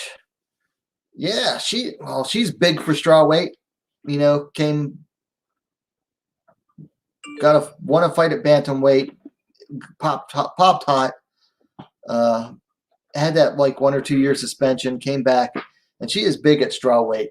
You know, the biggest thing is that she was able to like really just bully and pressure and get physical with Livia Souza. And with Souza, that's really all you need to do. And Lemos was able to do that very easily. So I think I picked Amanda Lemos to win because of that. So not surprised. Definitely a scary one. Yeah, she's pretty scary. We'll have to see, though. I mean, she's already 33 years old. She might not even end up sticking around for that long. So next up in fights-wise is going to be Shiyu Park versus Mizuki Nisei Oshiro. Shiyu Park, the only non-Korean in the event and, of course, in the tournament.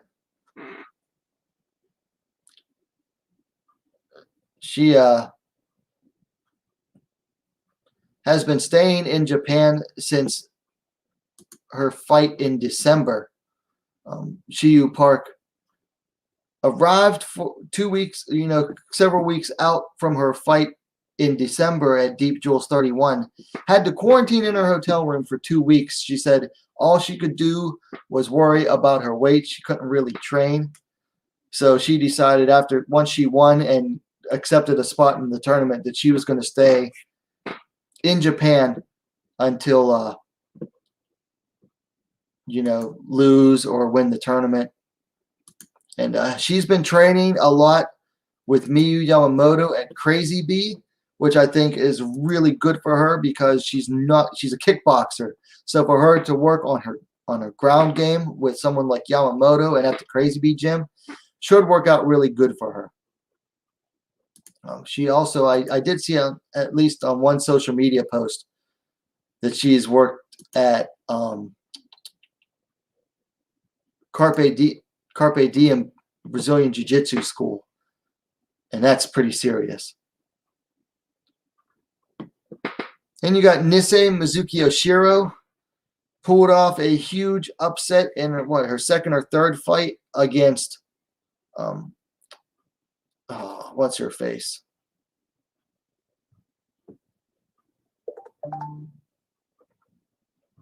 Satoko Shinashi. Excuse me again. Defeated Shinashi back in December of 2019 in the first round with a TKO. Big upset there and only her third fight. And then lost the deep microweight title in a battle against Saori Oshima last September.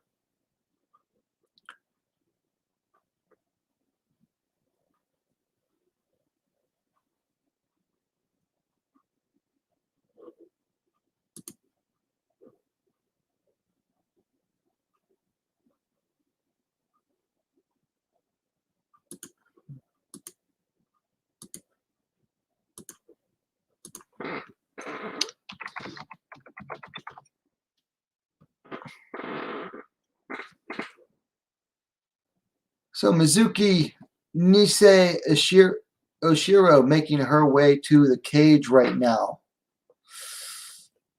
Let's pull up the stats here. Of course, she has a record of 2-2, coming off a loss, preceded by 2 wins. Looks like she's got Yukari Nabe in her corner.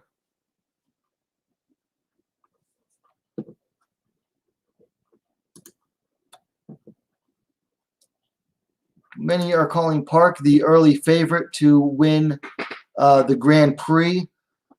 So the question is, Nisei pulled off one huge upset. Can she pull off another?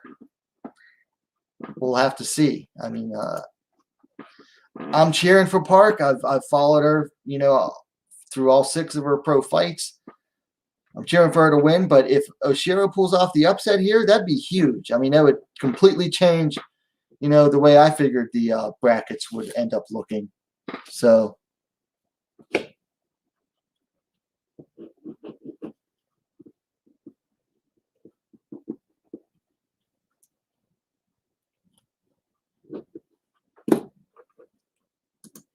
but Oshiro is 25 years old. She stands 4 feet 11 inches, 151 centimeters. I think she's the shortest fighter in the tournament, although Murakami might be as well. Jun-Un Park wearing what appears to be a fox mask. Could be a wolf mask as she makes her way out, accompanied by looks like Miyu Yamamoto's with her, but wearing the Team Mad shirt for Shiyu Park. I don't have an age for her. I'd have to, let me see if I can find it. They don't have her age on Tapology. She stands 5 feet 2 inches, 157 centimeters, which I think is like pretty average height for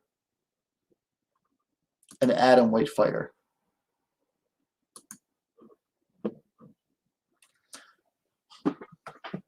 Shiyu Park, of course, is one of the main, sparring partner for Sahi Ham, which is how she made her name at first. That's what she's known for, but she's starting to branch off on her own a little bit here, and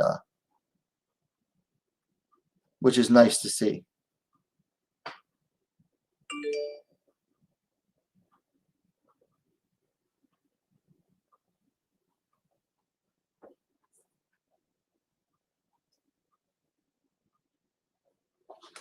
My only worry is that with her being stuck in Japan possibly until May, which is when the semis and finals are, she won't be there to train with Ham, who has to train for the one atom weight Grand Prix, which starts in May. So we'll have to see what happens here, of course.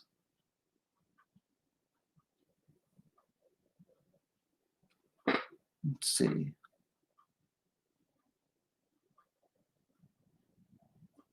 All right, both fighters are in the ring, getting ready to start the fight. 1991. So Shiyu Park is 29 years old. She'll be 30 in June, according to Road FC's website. All right. Both fighters take towards the center of the cage. Looks like Park will be controlling the center. Oshiro on the outside. Oshiro lands a nice stiff leg low kick to Park.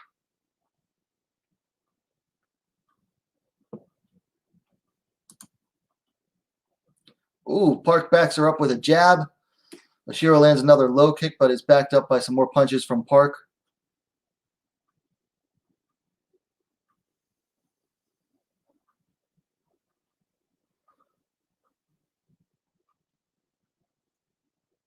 Nice height and reach advantage there for Park.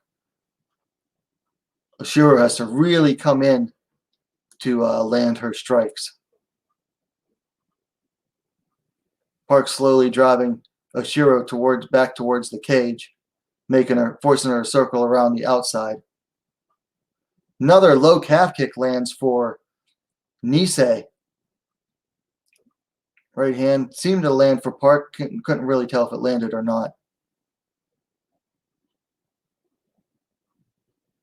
Oshiro seems to be employing a kick-heavy game right now, which seems smart because her legs are going to reach. Another low kick there for Oshiro. Looks like she's been watching UFC and all those calf kicks lately. But Park backs her up with some punches. She's swarming now.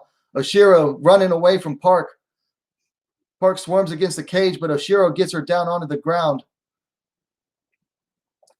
Park working the open guard here. Oshiro on top. Park has one arm of Oshiro trapped, but it takes Oshiro into her guard. Had one butterfly in, but now gets back to full guard. Park working against the cage. She's going to be trying to get back up to her feet from here. Oshiro trying to, suck her hips in and keep her down. But it looks like Park might be able to, looks like Park's going to be able to stand up from here. But Oshiro working hard to keep her down. But Park had Oshiro panic. Oh, and Park takes Oshiro down. Gets on top there for a second. But now Park working the guillotine, an arm and guillotine on Oshiro.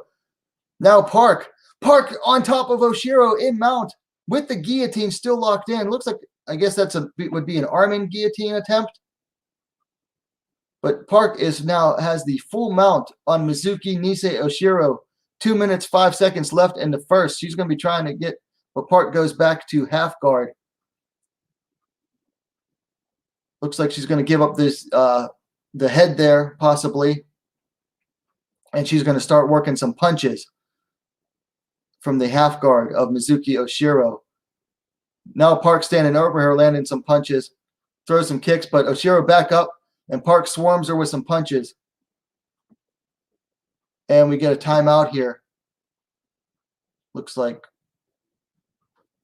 Okay, referee wanted to check the gloves of Shiyu Park there for a second.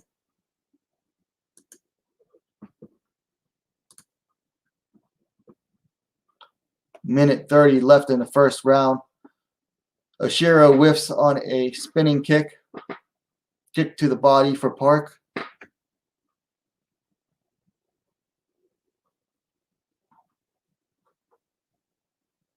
Another kick to the body by Oshiro, answered by some punches from Park. Park looking like she might try to take Oshiro down,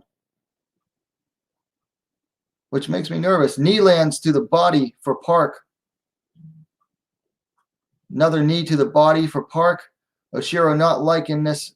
Another knee to the body by Park, and another. Park just bullying Oshiro right now in the clinch. Knee to the head there for Park. Another knee. Not as hard, but another one. And another. And another. Oshiro and another. Oshiro just getting bullied and eating knees from Shiyu Park. They're partially blocked by her hand, but still, you don't want to be eating knees like that.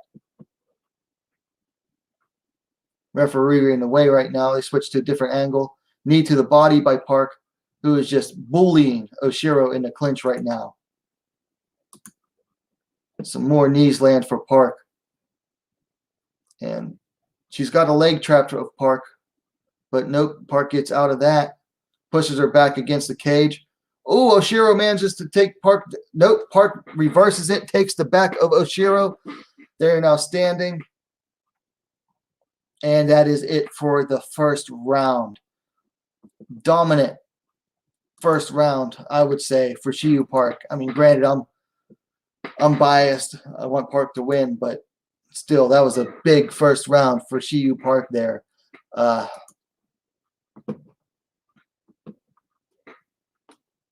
Getting, some advantageous dominant positions, getting the mount. Literally had Oshiro running away from her strikes.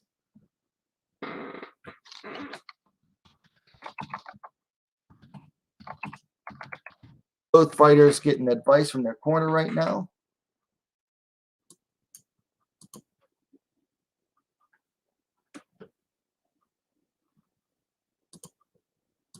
What?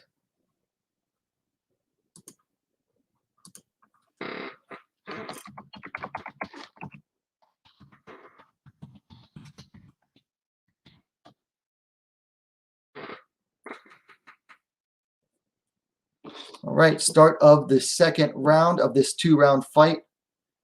Park backing Oshiro up with strikes again already. Kick from Park answered by a right by Oshiro. Both fighters, orthodox fighters. Park again backs Oshiro up to the cage with her punches, and she is swarming Oshiro right now, and Oshiro is off balance. Doesn't really have an answer for the combinations of Shiyu Park. Park Shiyu. Low kick there lands for Park. Oshiro throws a huge overhand right that whiffs.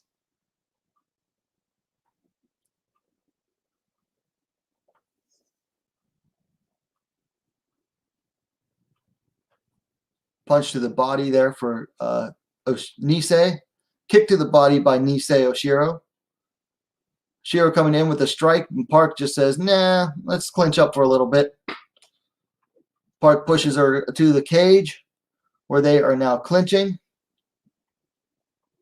Park trying to take her down, grabs the head. Ooh, nice knee to the body, and another there for Shiyu Park. And another knee. Oshiro just keeps eating knees. Lands two of her own, though, but then eats another one. Park can land these knees. Ooh, nice trip attempt there by Park, but doesn't get it. Park separates, which I wish you would have thrown a strike there at that separation. 3 minutes, 15 left. Kick from Park.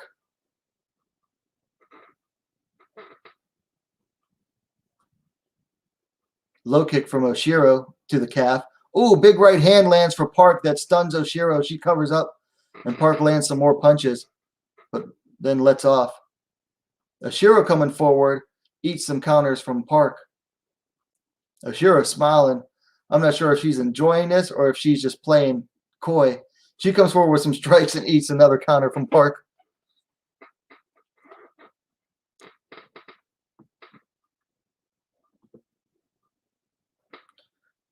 A little bit of takedown attempt there by Oshiro. Oshiro's now throwing some spinning stuff. Halfway through the second round of 2.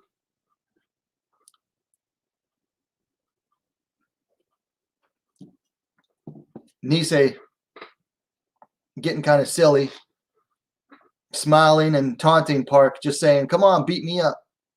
I don't know what her game plan is. I don't know if she's just trying to put on a show or if she's trying to get Park off her game, but it's not working. Park is all business right now. Nisei on the outside of the clinch for once. They've got over-unders, but Park manages to reverse it. Now has Nisei pushed up against the blue corner post. Brought to you by Sky Ticket.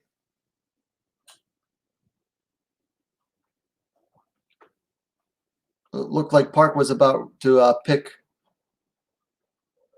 Nisei up and bring her down.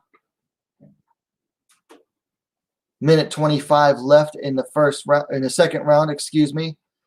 Clinched up, Park trying to land some punches to the head of Nisei, some of them being blocked.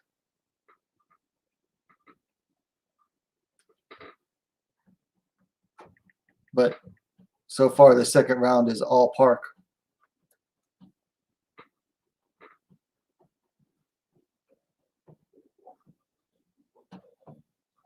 Park bringing Nisei a little bit lower. Nisei trying to stay on her feet, though. Looks like she might be going for a clinch reversal. Nisei on one foot. She has the other up on the cage. Park trying to bring her down. Park brings her down, moves into side control immediately. She goes straight to mount. Park has Nisei mounted and is landing some punches from low. She keeps her posture low, but she sits up and is ready to start striking. Nisei rolls over. Park landing some punches, big punches to the head now, trying to go for the finish. She's got 15 seconds to do it. Can Park get the finish, the first finish of the event? 10 seconds left. Will she be able to finish? Or let's go to the judges. And it looks like it's going to go to the judges. Park trying to land some ground and pound, but not getting anything. Gets back up, stands over Nisei as the round ends. So it goes to the judges. Nisei gets up and she's all smiles. I don't know. I guess she's in good spirits even in a loss. So this bout's going to the judges, but I can't imagine it's going to go any other way.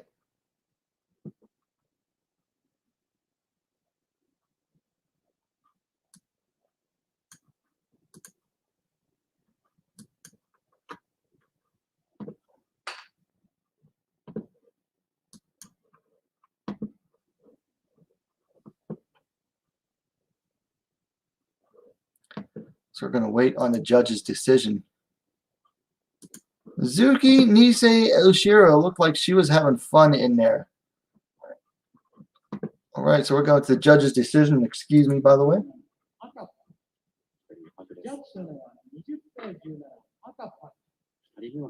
Park. Puck.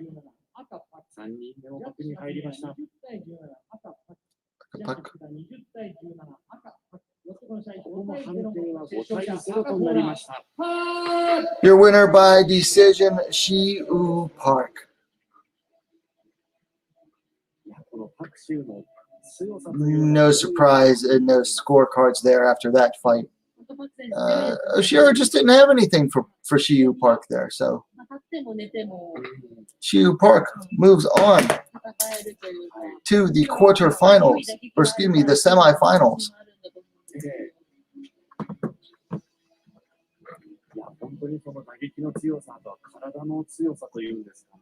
Accepts her food and her trophy and whatnot.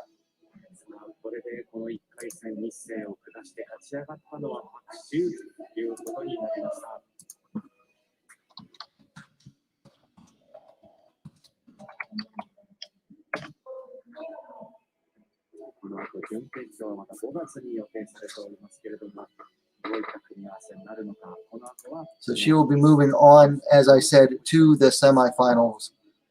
Most likely to face the winner of the final bout of the evening and final quarterfinal bout. And that's going to be between Saori Oshima and Emi Tomomatsu. Both of whom Park has beaten in the past. So no matter who wins this bout, Park will be facing someone that she has already beaten before.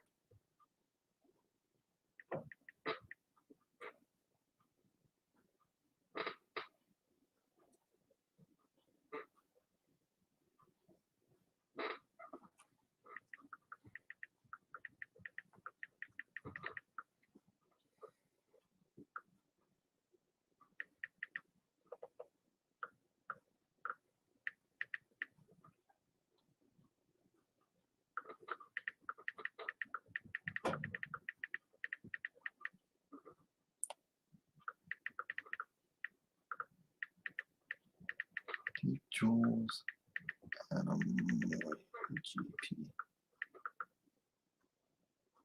GP. Jules 32, hashtag WMMA, hashtag MMA. I forgot to make a tweet for the start of that fight, but that's okay. We'll make one now. So Saori Oshima is going to be taking on Emi Tomomatsu here. Tomomatsu, she is, I think, 38 now. And this right now is this tournament, this Grand Prix. I like that they included her because even though she is on a 3-fight losing streak right now, she has a losing record of 15 and 17. You know, she has been a mainstay of JMMA for, I mean, just years, like over a decade. She had her first fight in 2006, and Shudo dropped a loss to Masako Yoshida, which was no shame at the time. So she has been fighting for 17. This is her 17th year as a professional mixed martial arts fighter, and you know she's never won a true title of her own.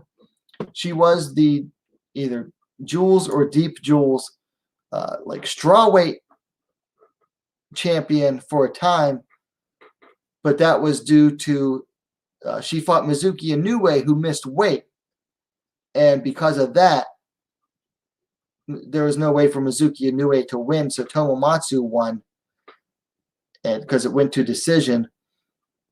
But basically, everyone acknowledged that Mizuki was the real winner of that bout, and Tomomatsu wasn't. And Tomomatsu has tried 2 different times in the past, I think, to win the atomweight title in Deep Jules. This is her last chance at glory. Now, Saori Oshima, on the other hand, she is the current deep microweight 97-pound champion. She is small. She's 4'11", 149 centimeters. I believe that makes her the shortest fighter in this tournament.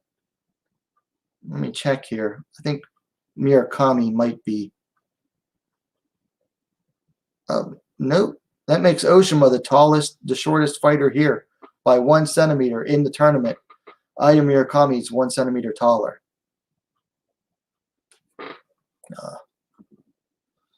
Oshima brings in a record of 3-2 into this tournament.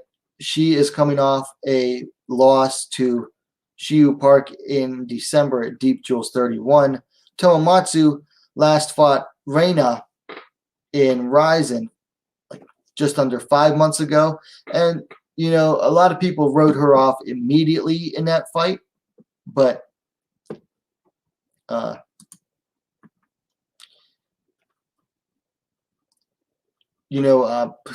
was I going to say? She gave Reina a pretty good fight. Gave a good account of herself in a bout that no one was even expecting her to do that well in. Like, a lot of people thought she'd get finished pretty easily, and then she went to the decision. And like I said, she gave Reina a good account of herself.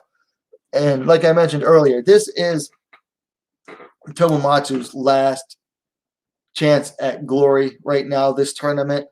So I'm really interested to see how she does in this first bout against a younger fighter in Saori Oshima. So Tomomatsu is making her way to the ring. Rated R, apparently. Tomomatsu is the elder fighter by 12 years, 38-26. Of course, the experience factor goes to Tomomatsu. The height as well, 5 feet 1 inch, 156 centimeters, to Oshima's 4'11", 149 centimeters. So everything on paper points towards an Emi Tomomatsu win here. We'll have to see, though, because it's MMA, you can't count anyone out. And actually, Tomomatsu is proof of that, because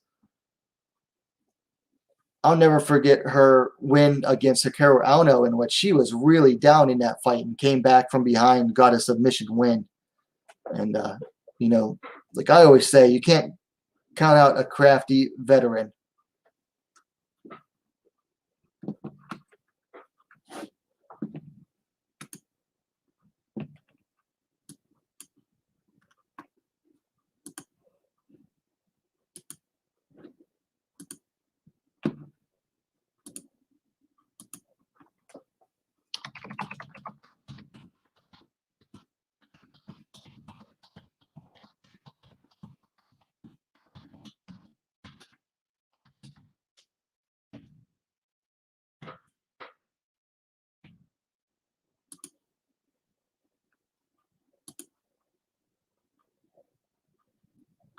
So it has to be minimum 1,000 PAW.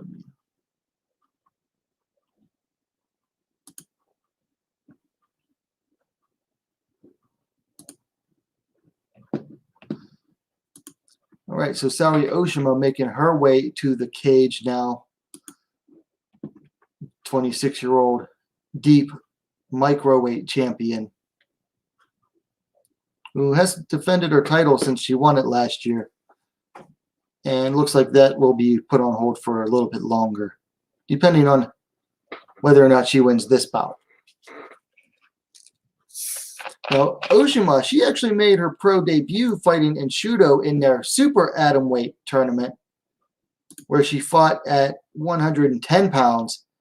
I think she made it to the second round there before elimination, and then moved down to microweight when she signed with Deep Jules.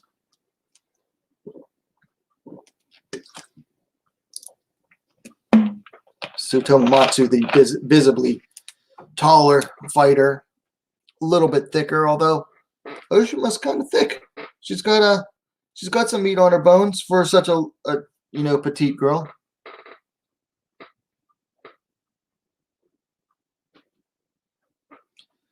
Tomomatsu immediately goes for a takedown, but is stuffed by Oshima, who gets a takedown of her own against the cage. Oshima, early takedown, goes to the back of Tomomatsu, hunting for that choke already, but she was too high. So scramble. Tomomatsu now going for for a takedown of her own. Has the leg of Oshima, but Oshima has that arm trapped. Easily turns Tomomatsu over for the scramble. Gets mount, but takes it to side control, and she's going for Kimura. Sorry, Oshima going for Kimura early, and she taps. Tomomatsu taps. Sorry, Oshima. Early first round submission defeats Emi Tomomatsu. Wow. Wow. Only finish of the night, and it is within the opening minute and a half for Saori Oshima. Holy crap. That was fast. She did not play around in those scrambles.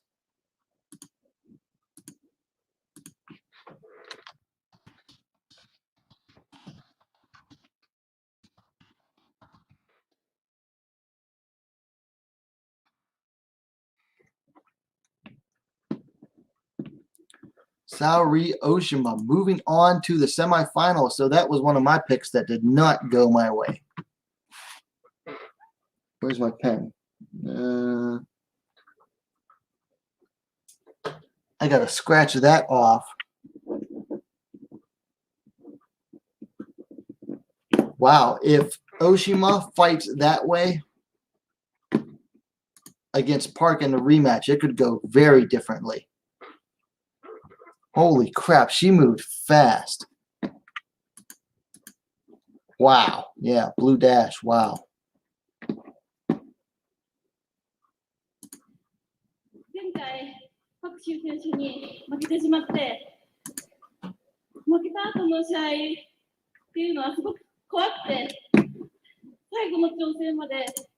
So there is your look at the bracket as I believe it's set up for this tournament. Hikaru Aono moving on. She should be taking on Aya Murakami, who,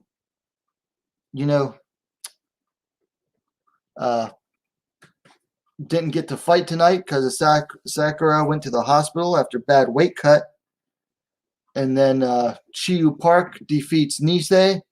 And then Saori Oshima gets the lone finish of the evening against Emi Tomomatsu in the very first round. Wow, that was so fast. I just can't get over how fast that was. Just, wow.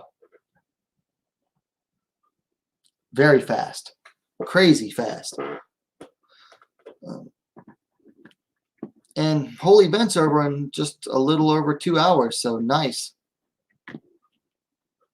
I can't believe how fast that was. I don't think anybody expected that.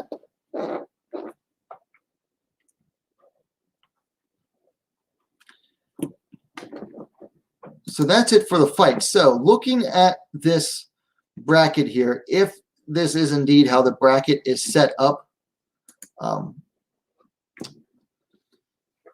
moves on to take on Murakami, and then Park moves on to face Oshima. I think this tournament's wide open right now. Park is probably still the favorite, but Hikaru Aono versus Aya Murakami. I want to say Aono should take it, but Murakami could get her in a submission. I mean, Aono does have bad luck of getting trapped in submissions, but I think I'll take Aono to win. Park versus Oshima, man. I would have taken Park against no matter who won this final bout, but man, the way Oshima just fought, she fought like a demon. I guess I'll still take Park. So it'll be Aono versus Park in the finals, and I'm going to take Park to win that fight again because, I mean, watch I'll have to go back and watch their first fight again, but Park just really took it to Hikaru Aono and stopped her takedowns and just punished her for them on the feet. So I still think Park is going to be the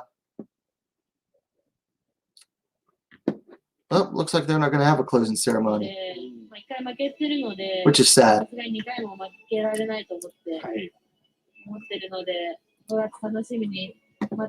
So anyway, that's going to be it for this fight companion for Deep Jewels number 32. Looks like they're not going to have a closing ceremony.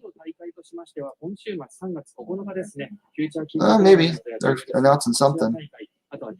But looks like that's going to be it. So that's going to be it for this live stream. So thank you to all who watched. Blue Dash, MMA Cuts. Who else was there? There was someone else, wasn't there? Thanks to Blue Dash and MMA Cuts in the chat.